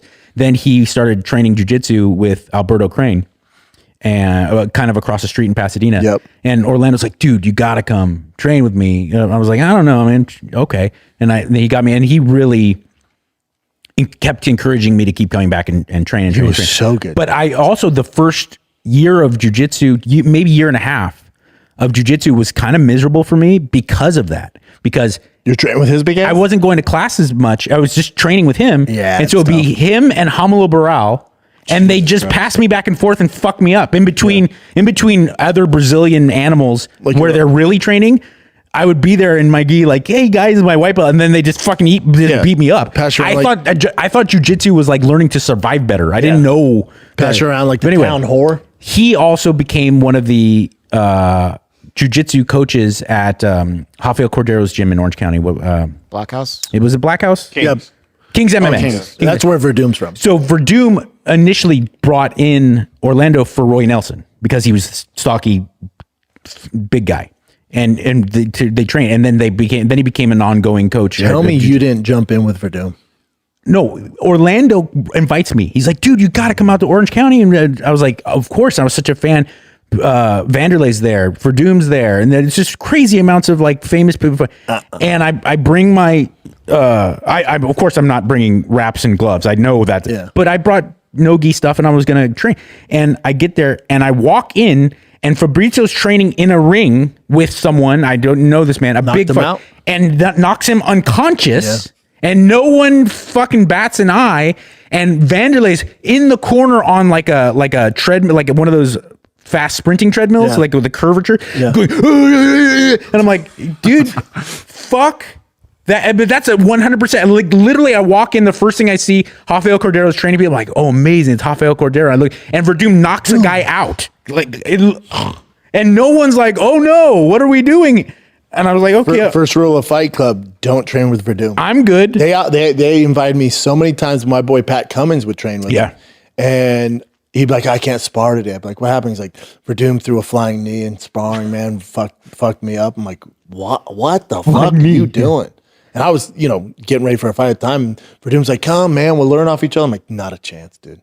You hear those old stories, the Shuto box, like the old, back when even like Anderson Shogun was still with them, and boys, Shogun, Ninja, Vanderlei, and like that whole culture, it's different. Like they weren't athletes, they were fighters. Like shit did not translate. It was like a street fight, which just went into a gym every day. It's insane. I believe the story is, and who knows how much legend and lore this is, but I believe when Anderson and Rafael Cordero had their personal problems, that Anderson came back with a shotgun to kill him. And it wasn't like the police were called and this became an incident. That's how they were living their fucking life. No, they're wild boys. Some would say the golden age of MMA. As far as like, excitement, I would say the best time was like when Pride, Strikeforce, and UFC. It was like, and USADA wasn't around. You're talking about. I mean, it was just better. It just was. Excitement-wise, absolutely. Excitement-wise, toughness-wise, social media wasn't the thing. Don't give a fuck how many Twitter followers you had or Instagram followers. They were just fighters, man. And there was no negotiation of money and I'm scared of this guy. Buddy. It was like the fucking Wild West, man. I think, I have a lot to support my argument.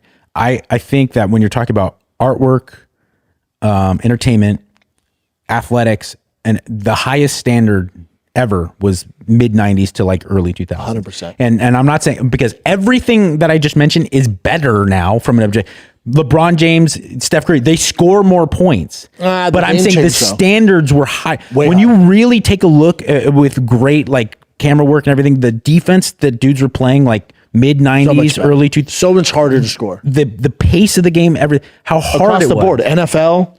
This episode is also brought to you by our friends and family at True Classic, the best of the best. Anytime you see me wearing just a plain white tee, it's True Classic. I've been obsessed with them. Finally, Kid has been involved with Ryan at True Classic way before you see him in the UFC Octagon, way before you could get it at Target or Costco. We've been with these boys since day one because they make the best merch, the best gear on the planet, from t-shirts, button-ups, joggers, chinos.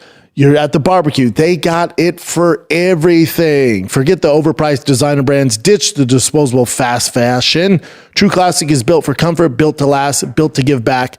They seriously have the best tees on the planet. You're not going to find it anywhere else at this price. You can grab them at Target, Costco, or head on over to trueclassic.com/fighter. Get hooked up today. True Classic.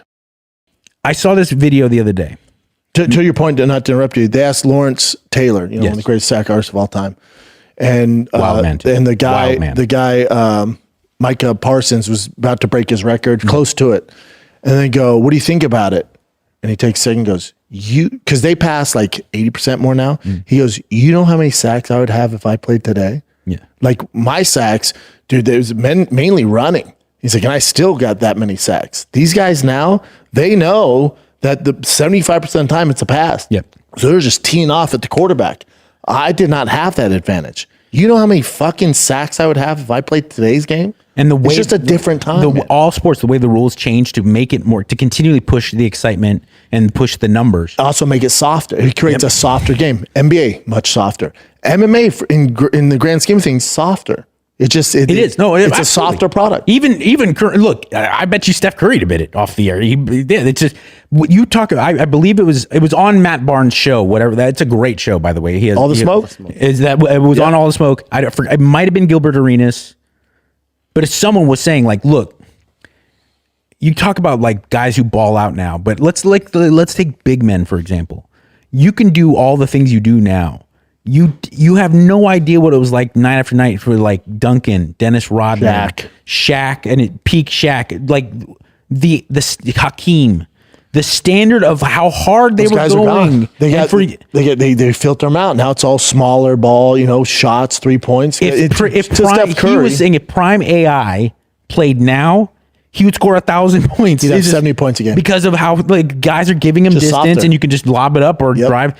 And so that's the Steph Curry effect. He's changed the game forever. And he's sick as fuck. He's the best. I mean, and now kids want to shoot threes instead of, driving to the hole, driving to the paint, playing good D. They want to shoot threes. I saw this video of Michelle Pfeiffer as Batwoman. It was off the air. The best. It was so sick. The best. But it was like a it wasn't a scene from the movie, but it was like a on-set kind of filming. And she has a scene in the movie where she has to whip off. It's the mannequin. She goes, right. Does it one fucking take? And the cameraman, the gaffers, she literally whips from a distance. It was good distance, 10 yards. It's like six mannequin heads. And she whips the heads off from it, and she's really doing it, right? And they go and cut, and the cameraman and the director like, and she's fucking fist pumping like Kirk Gibson. And I was like, man, they would in a Marvel movie nowadays or DC movie, they would just put it in computer and forget about it. But the standards were so high back then because of that. But to your point too, the standards in entertainment back then were so high because there was how many TV networks to get on, and 3 big networks, and then you had the ballsy ass HBO's, Comedy Centrals, who were back then going like, South Park, okay, give it a shot. But Jackass was on TV with children watching. They were doing poo platter. And do you guys think about the other day how like kids entertainment is what it is today? In 1990, I remember in 1998 because I didn't know them. We weren't boys. I'm not trying to like name drop, but I was friends with guys in bands who were very close with guys in Korn because they grew up in Bakersfield, and to as their career was going, like early 90s, they came down to LA a lot to play, and there was a lot of like word about these guys are really different, like really down-tuned bass that it almost sounds like a drum, and it's like a kind of a rap thing. They're fucking really cool, but they were tweakers from Bakersfield, like hard ass tweakers from like literal. And I'm watching MTV, and Christina Aguilera or Britney Spears is being interviewed by Carson Daly on TRL.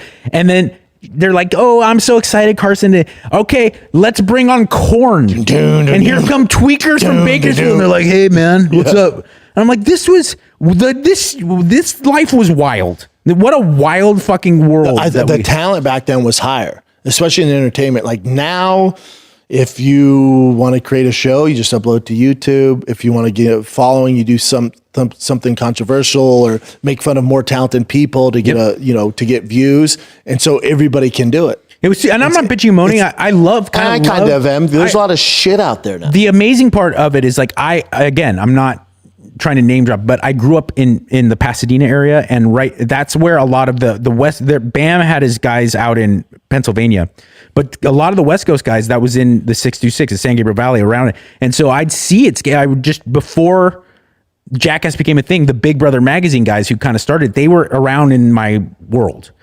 And I went to high school with kids who worked at Big Brother magazine and stuff like that. And I would see them. And again, I wasn't in the crew, but I would be around it. What they had to do to make skate parts or film stuff or to have their own magazine, the extent that they had to go to figure out how to get with a publishing company and be passionate, and they had no idea what lighting was, and then they had to film it with a camera, then go back and physically edit it, and it made for the fact that when people actually did it, it was a different standard. It meant more. Different standard. It meant more. Yeah. And then now you'll see a kid at a skate park on a cell phone, and it's just not. You're like, all right, whatever. At the same time, it's kind of cool because I also hear Adam and wax poetic about when him and Jimmy wanted to start the Man Show. Like they had to. That was so hard. Like they were walking up hill like this. Just they had a good idea, and they were certainly talented. But to get to the next level was so almost insurmountable. I do love the fact that if a kid has an idea nowadays, like, okay, can I get a Bluetooth microphone at Best Buy for $100 and I'll do it. And I love that. Gatekeepers aren't there. I love that. Yeah, I agree. But at the same time, it also does, let's not kid ourselves, it waters down a lot of stuff. Big time. Even bullshit shit, even shit that was always kind of shitty. You watch Cheers or Friends or Seinfeld or like I was never like my wife was on Rules of Engagement for a decade and it's a network sitcom. It's not my edgy comedy, but you watch those shows back then. The standard you had to hit with the joke after joke after joke and have it clever and like the character development that takes a lot. That's a lot. It's a lot of work. It's a lot of thought. I just think we have too many options now. Like on Netflix, there'll be, whether it's a comic dropping a special or some big show or even on Apple, like that show's shelf life's like a week, maybe 2 weeks. And then we all forget about it. And it's like, man, I need more. What's next? Before, like everyone would, you'd really watch it and it would come out, once a week and you couldn't binge watch it and you just appreciate it more. Well, there was appreciation. And that, look, even from the consumer standpoint, if I'm going to go out of my way to put my fucking bong down and go to Blockbuster and walk around and come to an agreement with my girlfriend and my buddies on what we're going to rent, then take it back to my place and put it into it. We're watching. Yeah. We're paying it to, even if it's shit. Yeah. I'm not on my phone. Shit. I'm not on my phone. I saw that Carry On was one of the most watched movies that Netflix Studios has ever made. Like 100-some million people watched Carry On last year. And I watched it. I love that kid, that the main star, and Jason. I think Jason Bateman's amazing, and he deserves all the success in the world. But 100 million people watched that movie, and just like me, as I'm wrapping Christmas gifts, I'm like, yeah, put it on. You didn't do that. No. You didn't go like, I'll help me kill time. That was the way use it as background noise. Yeah. No, I was locked in. Had my snacks locked in. And so there was an appreciation for that. If you're gonna go to I only walked out of one movie in my entire life. But if you were going to go make the effort to go to the movies, it made it different. And do you still go to the movies now? I do. Do you? I do. I never go. Mostly, I'm one of those guys. You got kids and stuff. I mostly go for my daughter. Yeah, that makes sense. I'll go with the kids. So I'll go to like Lilo and Stitch, the live action. We went to that. Movie. Great movie. Loved it. So good. But for How to Train Your Dragon is sick. Yeah, my littlest one saw it. So if it's for the kids, I'll go. But if it's for me, buddy, it's going to take like a Quentin Tarantino movie. It's going to take something so massive to get me. Because like Sinners, it was like 97% on Rotten Tomatoes. Anything with vampires, I'm fucking in. Yeah. That checks all the boxes for me. All the boxes. Haley Seinfeld's in, checks all the boxes. Yeah. Vampires, her, I'm fucking in. But my wife's like, when's it come out on demand? I'm like, I don't know, I'll wait. Yeah. And then the other week, my wife's like, oh, look what's on. I'm like, oh, hell yeah. 28 years later, I was like, I really want to see that. I'm a huge Alex Garland fan. I love Danny Boyle. I think Cillian Murphy's one of the greatest leading men out there. He's so talented. And all of me went, it'll be on streaming in that's all I do. Month. I just wait. I'll look at the preview. I'm like, man, I can't wait for that. But once or twice a year, that movie comes along where I'm like, the day it comes out, I'm going to the theater. I'm getting a babysitter. Dude, I can't think in the last 10 years. Oppenheimer was for me. I was like, I wait for that one. Don't spoil it. Don't spoil it. Christopher Nolan. Don't spoil it. We know the ending. It's like Titanic. Like, don't spoil it. It's like suck my dick. Yeah. But I was like, Christopher Nolan movie about Dr. Oppenheimer and the atomic bomb and the Manhattan Project. I'm in. It was good. Yeah. The pacing was weird, but it was certainly a good slow. movie. Yeah, it was slow. It was a good movie. But you're right. I mean, I'm a cinephile. I really geek out on that shit. But here's another problem. Sports is the only thing where I'm like, no one's, you got to be a fucking sociopath if you're like, I'll record the UFC and watch the next day. What? Or the Dodgers game? Like, I'm staying up late here in Texas watching the Dodgers. Absolutely. UFC, buddy, I don't miss a fight. Prelims, main card, everybody knows that's our time. You need food? Yep, do it. I'm going to be here. I will make this argument, though, specifically with NFL. Because I grew up my whole life before the Raiders moved away. I was Raiders season ticket. My family had Raiders season tickets. Dodger season ticket holders still to this day. Before I was born, my dad had Dodger and Lakers season ticket holders, and he still holds them. Big fans, very important to our family and the whole thing. And going to the games is second to none. Magical. But when you talk about NFL games or like really big college football teams, the Ohio States, fill in the blanks, Alabama's, the stadiums are so fucking packed, and you're usually not seeing compared to what TV broadcasting has. It's so high end. I almost prefer not going. The one thing, because baseball hasn't got there yet. No, baseball's not there yet. But football, you go like, this is such an undertaking. No, do I really not want to be on my couch? It's such a hassle, dude. It's such a hassle. But I would say the one sport, since I've had kids, that I used to be so balls deep in, that I can't remember the last time I've watched a full NFL game. Really? Because my son has travel ball. Yeah. Saturday, Sundays. So I'll catch, I love college football is my favorite. College baseball is my favorite. I'll still watch college football because some of the big games be on at night and he doesn't have travel ball. But most of the big NFL games are on Sunday. Sunday, Monday, yeah. If he's in a tournament, I don't see any of it. No, I kind of don't miss it at all. I kind of actually agree with so you. Soft. I kind of actually agree. The only time I'll ever even really catch games is like super important playoff games that catch my interest, or Monday Night Football games. Yep. And that's periodic. Yeah. It's periodic. Yeah. But the UFC is the one, it's just, that's my shit. They do a great job. We all, like this Saturday, thank God my wife loves UFC. Yeah. So I'm like, Saturday's big international fight week. She's like, hell yeah. Her parents love it. My kids love it. Dude, what do you guys want? Pizza? I ordered early. And I'm the psycho. They don't care about the prelims. They only want the main card, but we watch it all, man. Kids can play in the pool. My wife doesn't. Oh, wow, that's a shame. That's the thing where, because I went in the other room for fucking a month so you could watch Gilmore Girls, you and Magnolia, my daughter. They have so many things where I'm like, fuck this show, but you guys love it, so I'll go do it. Yeah. That whenever there's a big fight, they're always very accommodating. They're like, you will go in the bedroom, you have your fun, Oh yeah, but they do not. Oh no, my mother-in-law will cook a special meal. That's how you know it's a big fight. If she's cooking the fucking sopas and all that shit, or pozole, it's a big fight. Like this Saturday, she's making their fucking pozole, the red pozole that I love. Like she loves Charles Oliveira and Topiera. She's like, they're fighting. I'm like, my fucking invite, dude? Dude, I got you, bud. Come on over. I also don't watch fights usually with friends or anything because I'm so I want to hear everything. I ruined MMA for Dr. Drew because I sold it to him. He's like, it's really rough. And I go, but think of it more like a chess match. I mean, it's the highest form because you can do anything. Therefore, the defense and the strategy is so high, and really think about like the kinetic aspects of it. And so I'm selling him on it, right? What fight? This is at Acoustic Christmas, which was a big festival that our radio station would put on.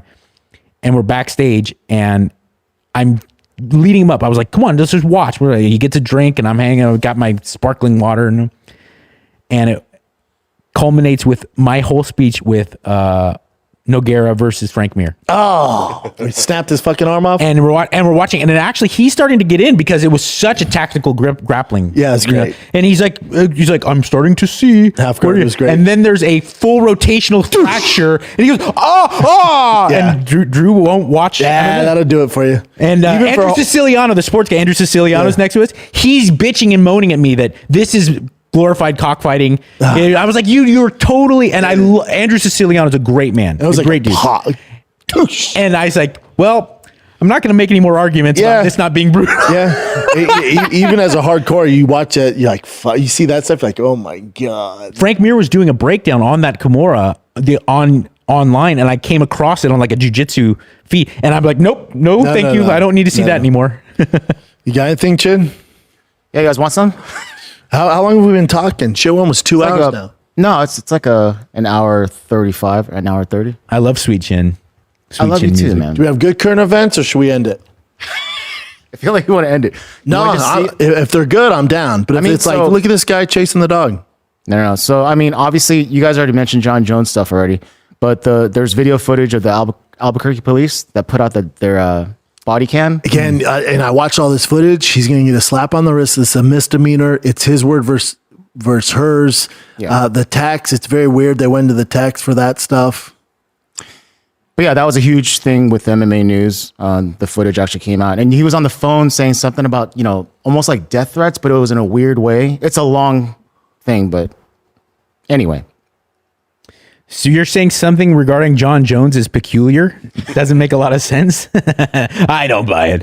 Let's take a little break here. You're probably wondering what's going on with Brendan's brain. He's kind of slow today. His vocabulary is not fantastic as it usually is. He usually sounds like Elon Musk. What's happening? I don't have my magic mind. That's what's up. They're sending it, but there's been a delay. What's up, Magic Mind? I need Magic Mind Max. Let's do this. You're like, what's Magic Mind? What's the secret? Well, it's basically a mental performance shot, cheaper than a cup of coffee, great nootropic benefits, invokes a sense of flow, gives mental clarity, decreases stress, helps you feel present, gets you in flow state, takes away distractions. Yeah, man. Allows you access your best creative self, allowing you to be calm in chaos.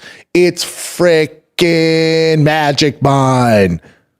He's seeing my brothers are going to do this and that. It's a long thing. If you guys are interested, the audience. I'm not. It's just all, it's It'll bum me out too. Show. Yeah, it's a shit show. Yeah, and the audio is awful. Yeah. It's a shit show. You can't really tell what's going on. No, I need subtitles, dude. I watched it this morning. I'm like, oh, this is a shit show. Department Q, by the way. Speaking of subtitles, Netflix show, Department Q. Sick as fuck, but it's Scottish. So even though they're speaking English, you got like Peaky Blinders. I'm like, I need subtitles. Dude, Department Q is fucking awesome. Give me Department Q for dummies. What's the plot? Department Q, Scottish detective, homicide detectives investigate, and they start to uncover investigating the actual protagonist, cop. The show starts with, and I'm not giving much away. He gets literally shot in the fucking neck, and his buddy dies, and his other buddy's paralyzed. They get attacked. A gunshot in Scotland's a way bigger deal than in the United States because most criminals don't even have it. Yeah, they have knives. So then investigating what happened to this guy, he off the book starts investigating it himself, and then the people in uniform and then him in recovery come together to unfold a huge conspiracy on the islands of Scotland, and it's fucking And it's a awesome. series or all right, I'm in. I need the a new first show. season. It's so we just got done with Mobland. We got done with Friends and was it Family and Friends with John Hamm? Yeah, that show. Did you watch that? I haven't watched it yet. Oh, a lot of people say it's good. It's so good. A lot of people say. So good. And Mobland's sick. Mobland was sick. Maybe want an Audi hatchback. That thing's And no, Tom Hardy was so ridiculous. But Tom Hardy's always. Tom Hardy is like our Marlon Brando. Like, yes. Yeah. Even shit. Tom Hardy's amazing. He's a purple belt in jiu-jitsu. He is, and from what I understand, he's good. From what he says, he's like rolls with Danaher Death Squad, and he's good at jiu-jitsu. But Pierce Brosnan, I completely changed my whole outlook on he's Pierce so Brosnan. good. He was so How about the grandma? scary How and about the good. grandma? Oh, Helen Mirren's sick. Helen Mirren, she's fantastic in that. She's such a cut in that. And then in 1883, she's like this awesome grandma. It's the same role, but she's just cool. Mirren's sick. Did you watch 1883 or 1923 season 2? I did not fully watch it. No, but I'm into 1923. I'm jealous you haven't seen it. Yeah. The season 2's, I mean, Is it that good? Oh my God, it's good. I'm in. All right, Tim, what do you got? Okay. This is there's something called the Fanatics games. Fucking Justin won a Ferrari. So that's why I wanted to show you. So Tom Brady won first. So basically it's a game competition thing between like, sports athletes, entertainment, celebrities and all that stuff, and fans. They all compete. What do they compete in? Just different kind of games. Just athletic games. Whatever. I got to be honest. Like If I competitions? competed with Tom Brady and anything, even if it was fun, and then I won, I'd still walk over and be like, "You win." Like, you're Tom Brady. Like, I know I won a Ferrari, but you win. Yeah, so Tom Brady won first place for $1 million, and then Justin Gaethje, who came in like kind of late, but he won this Ferrari, which is 2025 296 GTB. Yeah, they're badass. They're worth like 300-something thousand. Yeah, they're badass. How much could you sell that if Justin Gaethje didn't want to keep it? I mean, he probably does want to keep it. I would. Depends what the specs are on it, but probably 400 something. I'd be willing to bet. I don't know what the stipulation is if you can sell it right away, but Justin doesn't seem like a Ferrari guy. I feel like he's going to sell it. He's a pickup dude. Yeah, he's going to sell that. He's a pickup. He is absolutely a pickup truck guy. Yeah, That's a badass whip, though. it is cool. It's sick. Yeah. They're cool, yeah. This is pretty cool. Yuri Prochazka. He actually had an opportunity to fight for the title. They were offering fights. He's like, I'm trying to finish my He's going to degree. finish his master's degree, and he actually finished his master's degree. That is fucking amazing. So cool. And now Good he's like for him, saying man. he's ready to negotiate to move on for the next fight. And this is in This is Russia? where he's from. I forget. I always keep forgetting like Chechnya or Czech. Let's double. He's not Chechen. a former Soviet. He's like Serbian or something like that. I always get like the Romania, Bulgaria, Serbia. Yeah. I always just assume Czech. Russia. Czech Always. Yeah, he's Yeah. Czech Republic. Yeah. My wife is as well. Hold on. Born in Czechia. There's a difference, right? I don't know, man. This is always confusing for me, but yeah. So Czechia. But nationality Czech. All right. Yes. My wife's dad, who I unfortunately never met, he passed away before we started even dating. He escaped the former Czechoslovakia, like as a boy, like put on like full on movie shit, like put on costumes and got on a ferry and Got out. pretended to be going to a rugby game and actually went to France and then made his way to the Got United the fuck States. out. Good for him. That's crazy. What else you got, Jen? Here's a quick one. Simone Biles eventually deactivated her X account because of the whole Riley Gaines issue. Yeah, she fucked up. Yeah. I don't like to get into this like woke versus MAGA shit, but really, I don't even understand the motives with Miss Biles on that one.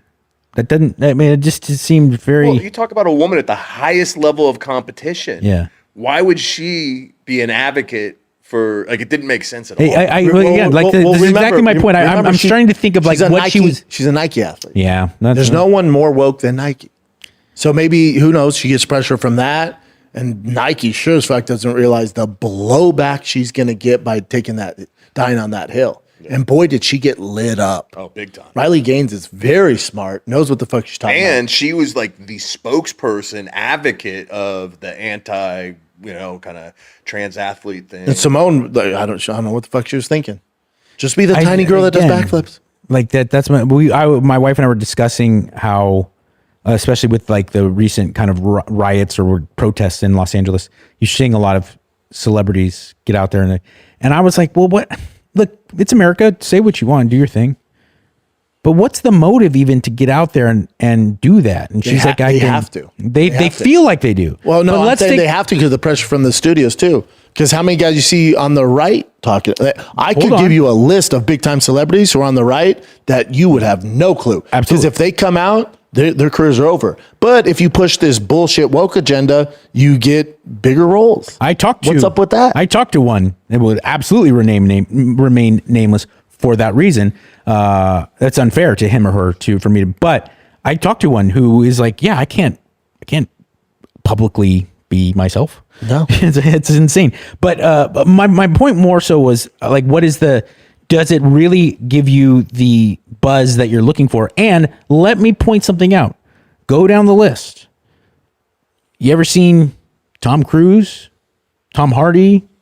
Let's name like Harrison really Ford, like the Leonardo DiCaprio. Do you see them out there doing that? No. Maybe there's a connection. But they also go, I make movies. Why people give a fuck what I think politically doesn't matter. You know?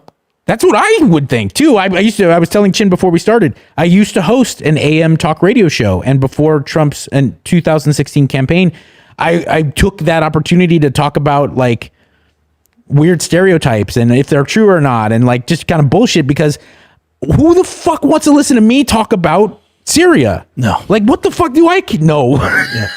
Yeah, if Tom Cruise started ranting off about transgender and woke agendas and stuff, I'm like, bitch, you better make Mission Impossible 9 or where the fuck it is. I don't give a fuck. Yeah, dude. And it's also like, they're like, oh, Taylor Swift backed Biden. It's like, oh, sweetie, you think those idiots are going to go out and vote? You think that's going to swing the votes? In fact, it really, and this goes more to like Miss Kamala Harris's campaign. Shit show. They should have known, like, anyone who's voting for Kamala Harris is voting for Kamala Harris anyway.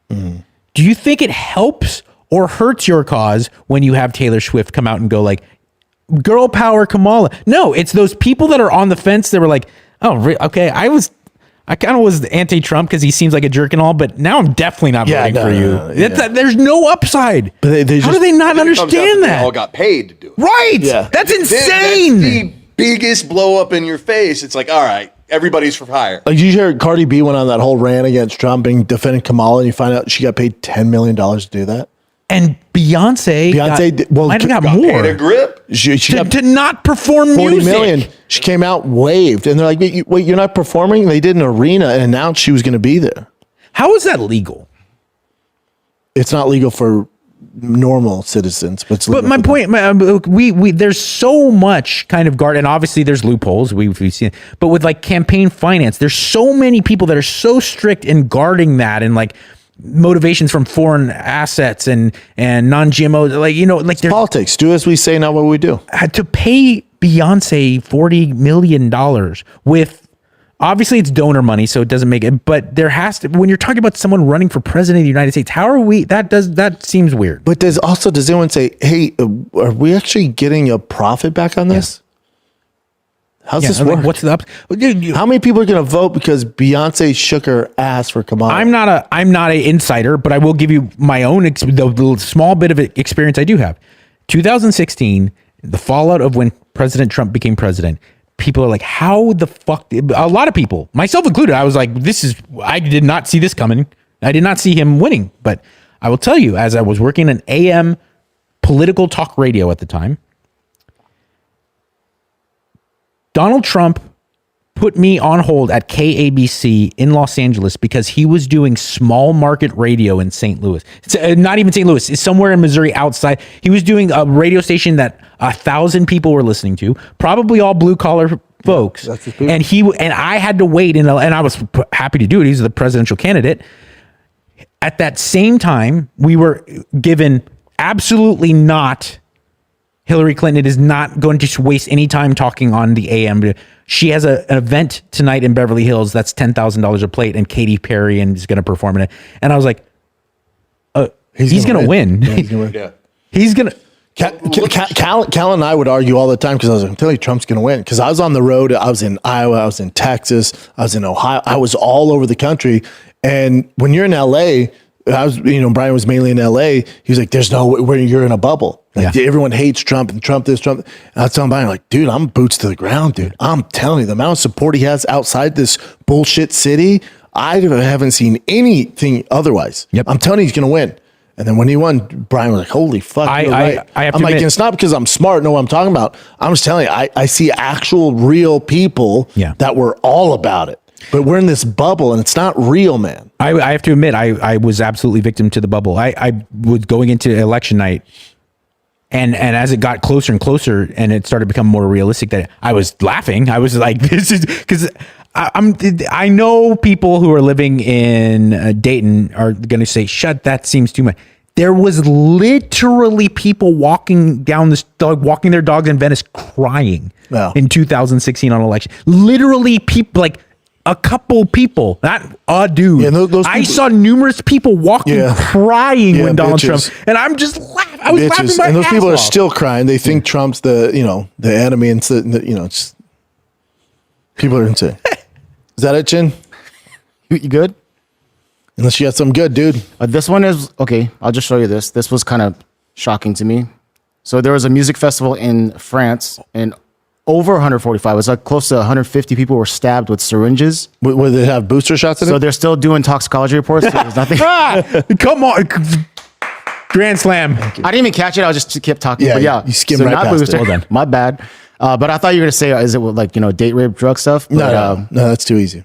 no. So, but that's what they're thinking it is. And there was 12 people that were arrested. But even if you're giving out date rate, No, 145. they're stabbing him. With I know, but and then you're like, what was the plan there, fellas? Did anybody think this through? I gotta say, You're stabbing 145 people with date rape, and you're just hoping they pass out and nobody sees it? Okay, was it all women? That were yes, stabbed? all women, and some of them were underage girls too. I'm all. So they're probably gonna wait for them to like get drowsy, and then they'll probably grab them. That's what I'm thinking. I'm a gun owner.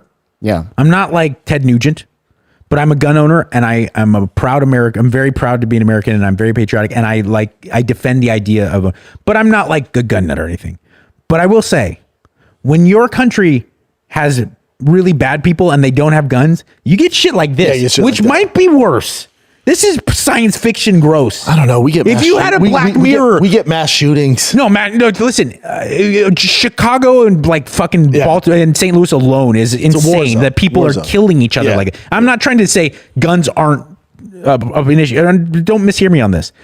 But when there's no guns, when violence happens without guns, then people resort to It's what? barbaric, crazy stuff. Like barbarian. Acid attacks, hammers, axes. What the syringes, fuck? crazy. If you made Black Mirror a decade ago of we're going to a festival concert, Coachella in France, and there's going to be a gang of people secretly injecting people with drugs, you'd be like, well, that's a little far fetched, but yeah, I'd watch it. Yeah. I know. It's insane. Well, that's dark shit, Chin. Let's end it on this then, because we all have tattoos, and there's this guy, and I guess this is in Canada.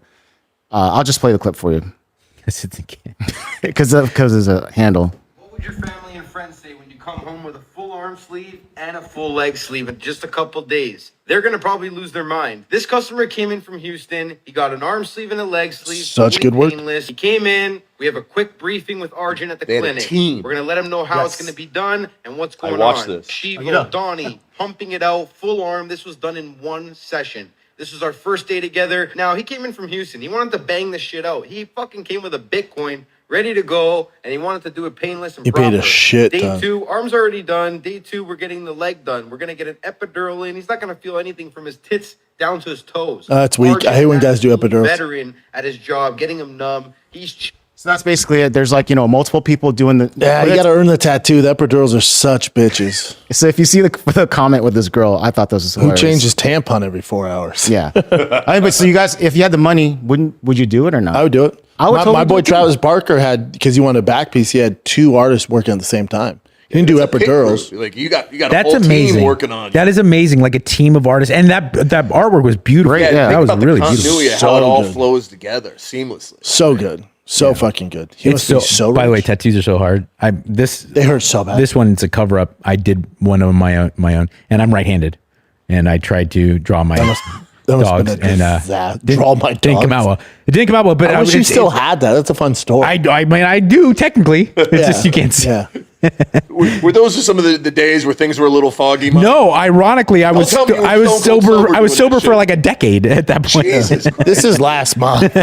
He was on the farm. He's like, I got rammed by the goat, and next thing you know, I have. This is my friend Ryan Jaso as a fat minotaur. That's awesome. And this tattoo happened because we were at lunch, or I was on Melrose Avenue, and I was making fun of him being fat because he has like long hair. He's like a club promoter guy, Yeah. and he wears like dresses like a ninja, but he had like the long hair and shit.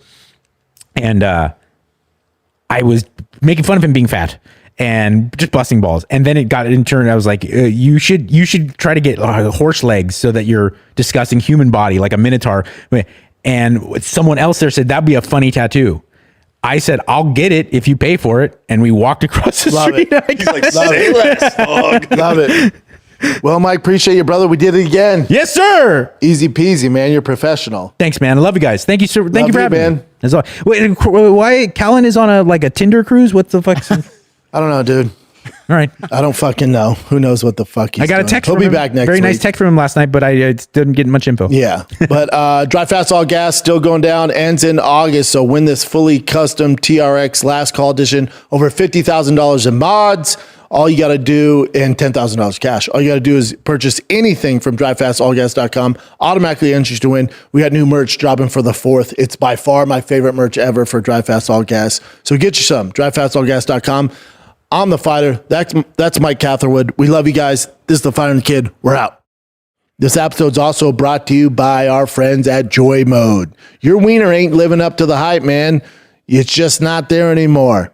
It's just not there. It's not firm. It's not popping. Everyone's making fun of you behind your back. Listen, get some Joy Mode. It's a sexual performance booster. It's all natural, designed to enhance blood flow, giving you a firmer, more reliable wiener. We gotcha. But Joy Mode isn't just about better sex. Daily use supports healthier blood vessels, boosting your heart health, enhance your athletic performance. Maybe you can dunk now. I don't know. Dunk with an erection. Let's figure it out. All right? We gotcha, man. All you gotta do is mix a pack with water, feel the effects within 45 minutes. Take control with Joy Mode. Get a boost anytime, anywhere. Never miss a freaking beat. All right, we got you guys. So if you're looking to take your game to the next level, visit tryjoymode.com. Use the code FIGHTER at checkout. You get 20% off a single purchase, 30% off subscription orders. That's tryjoymode.com. Use the code FIGHTER for 20% off single purchases, 30% off subscription orders. Your wiener will thank you.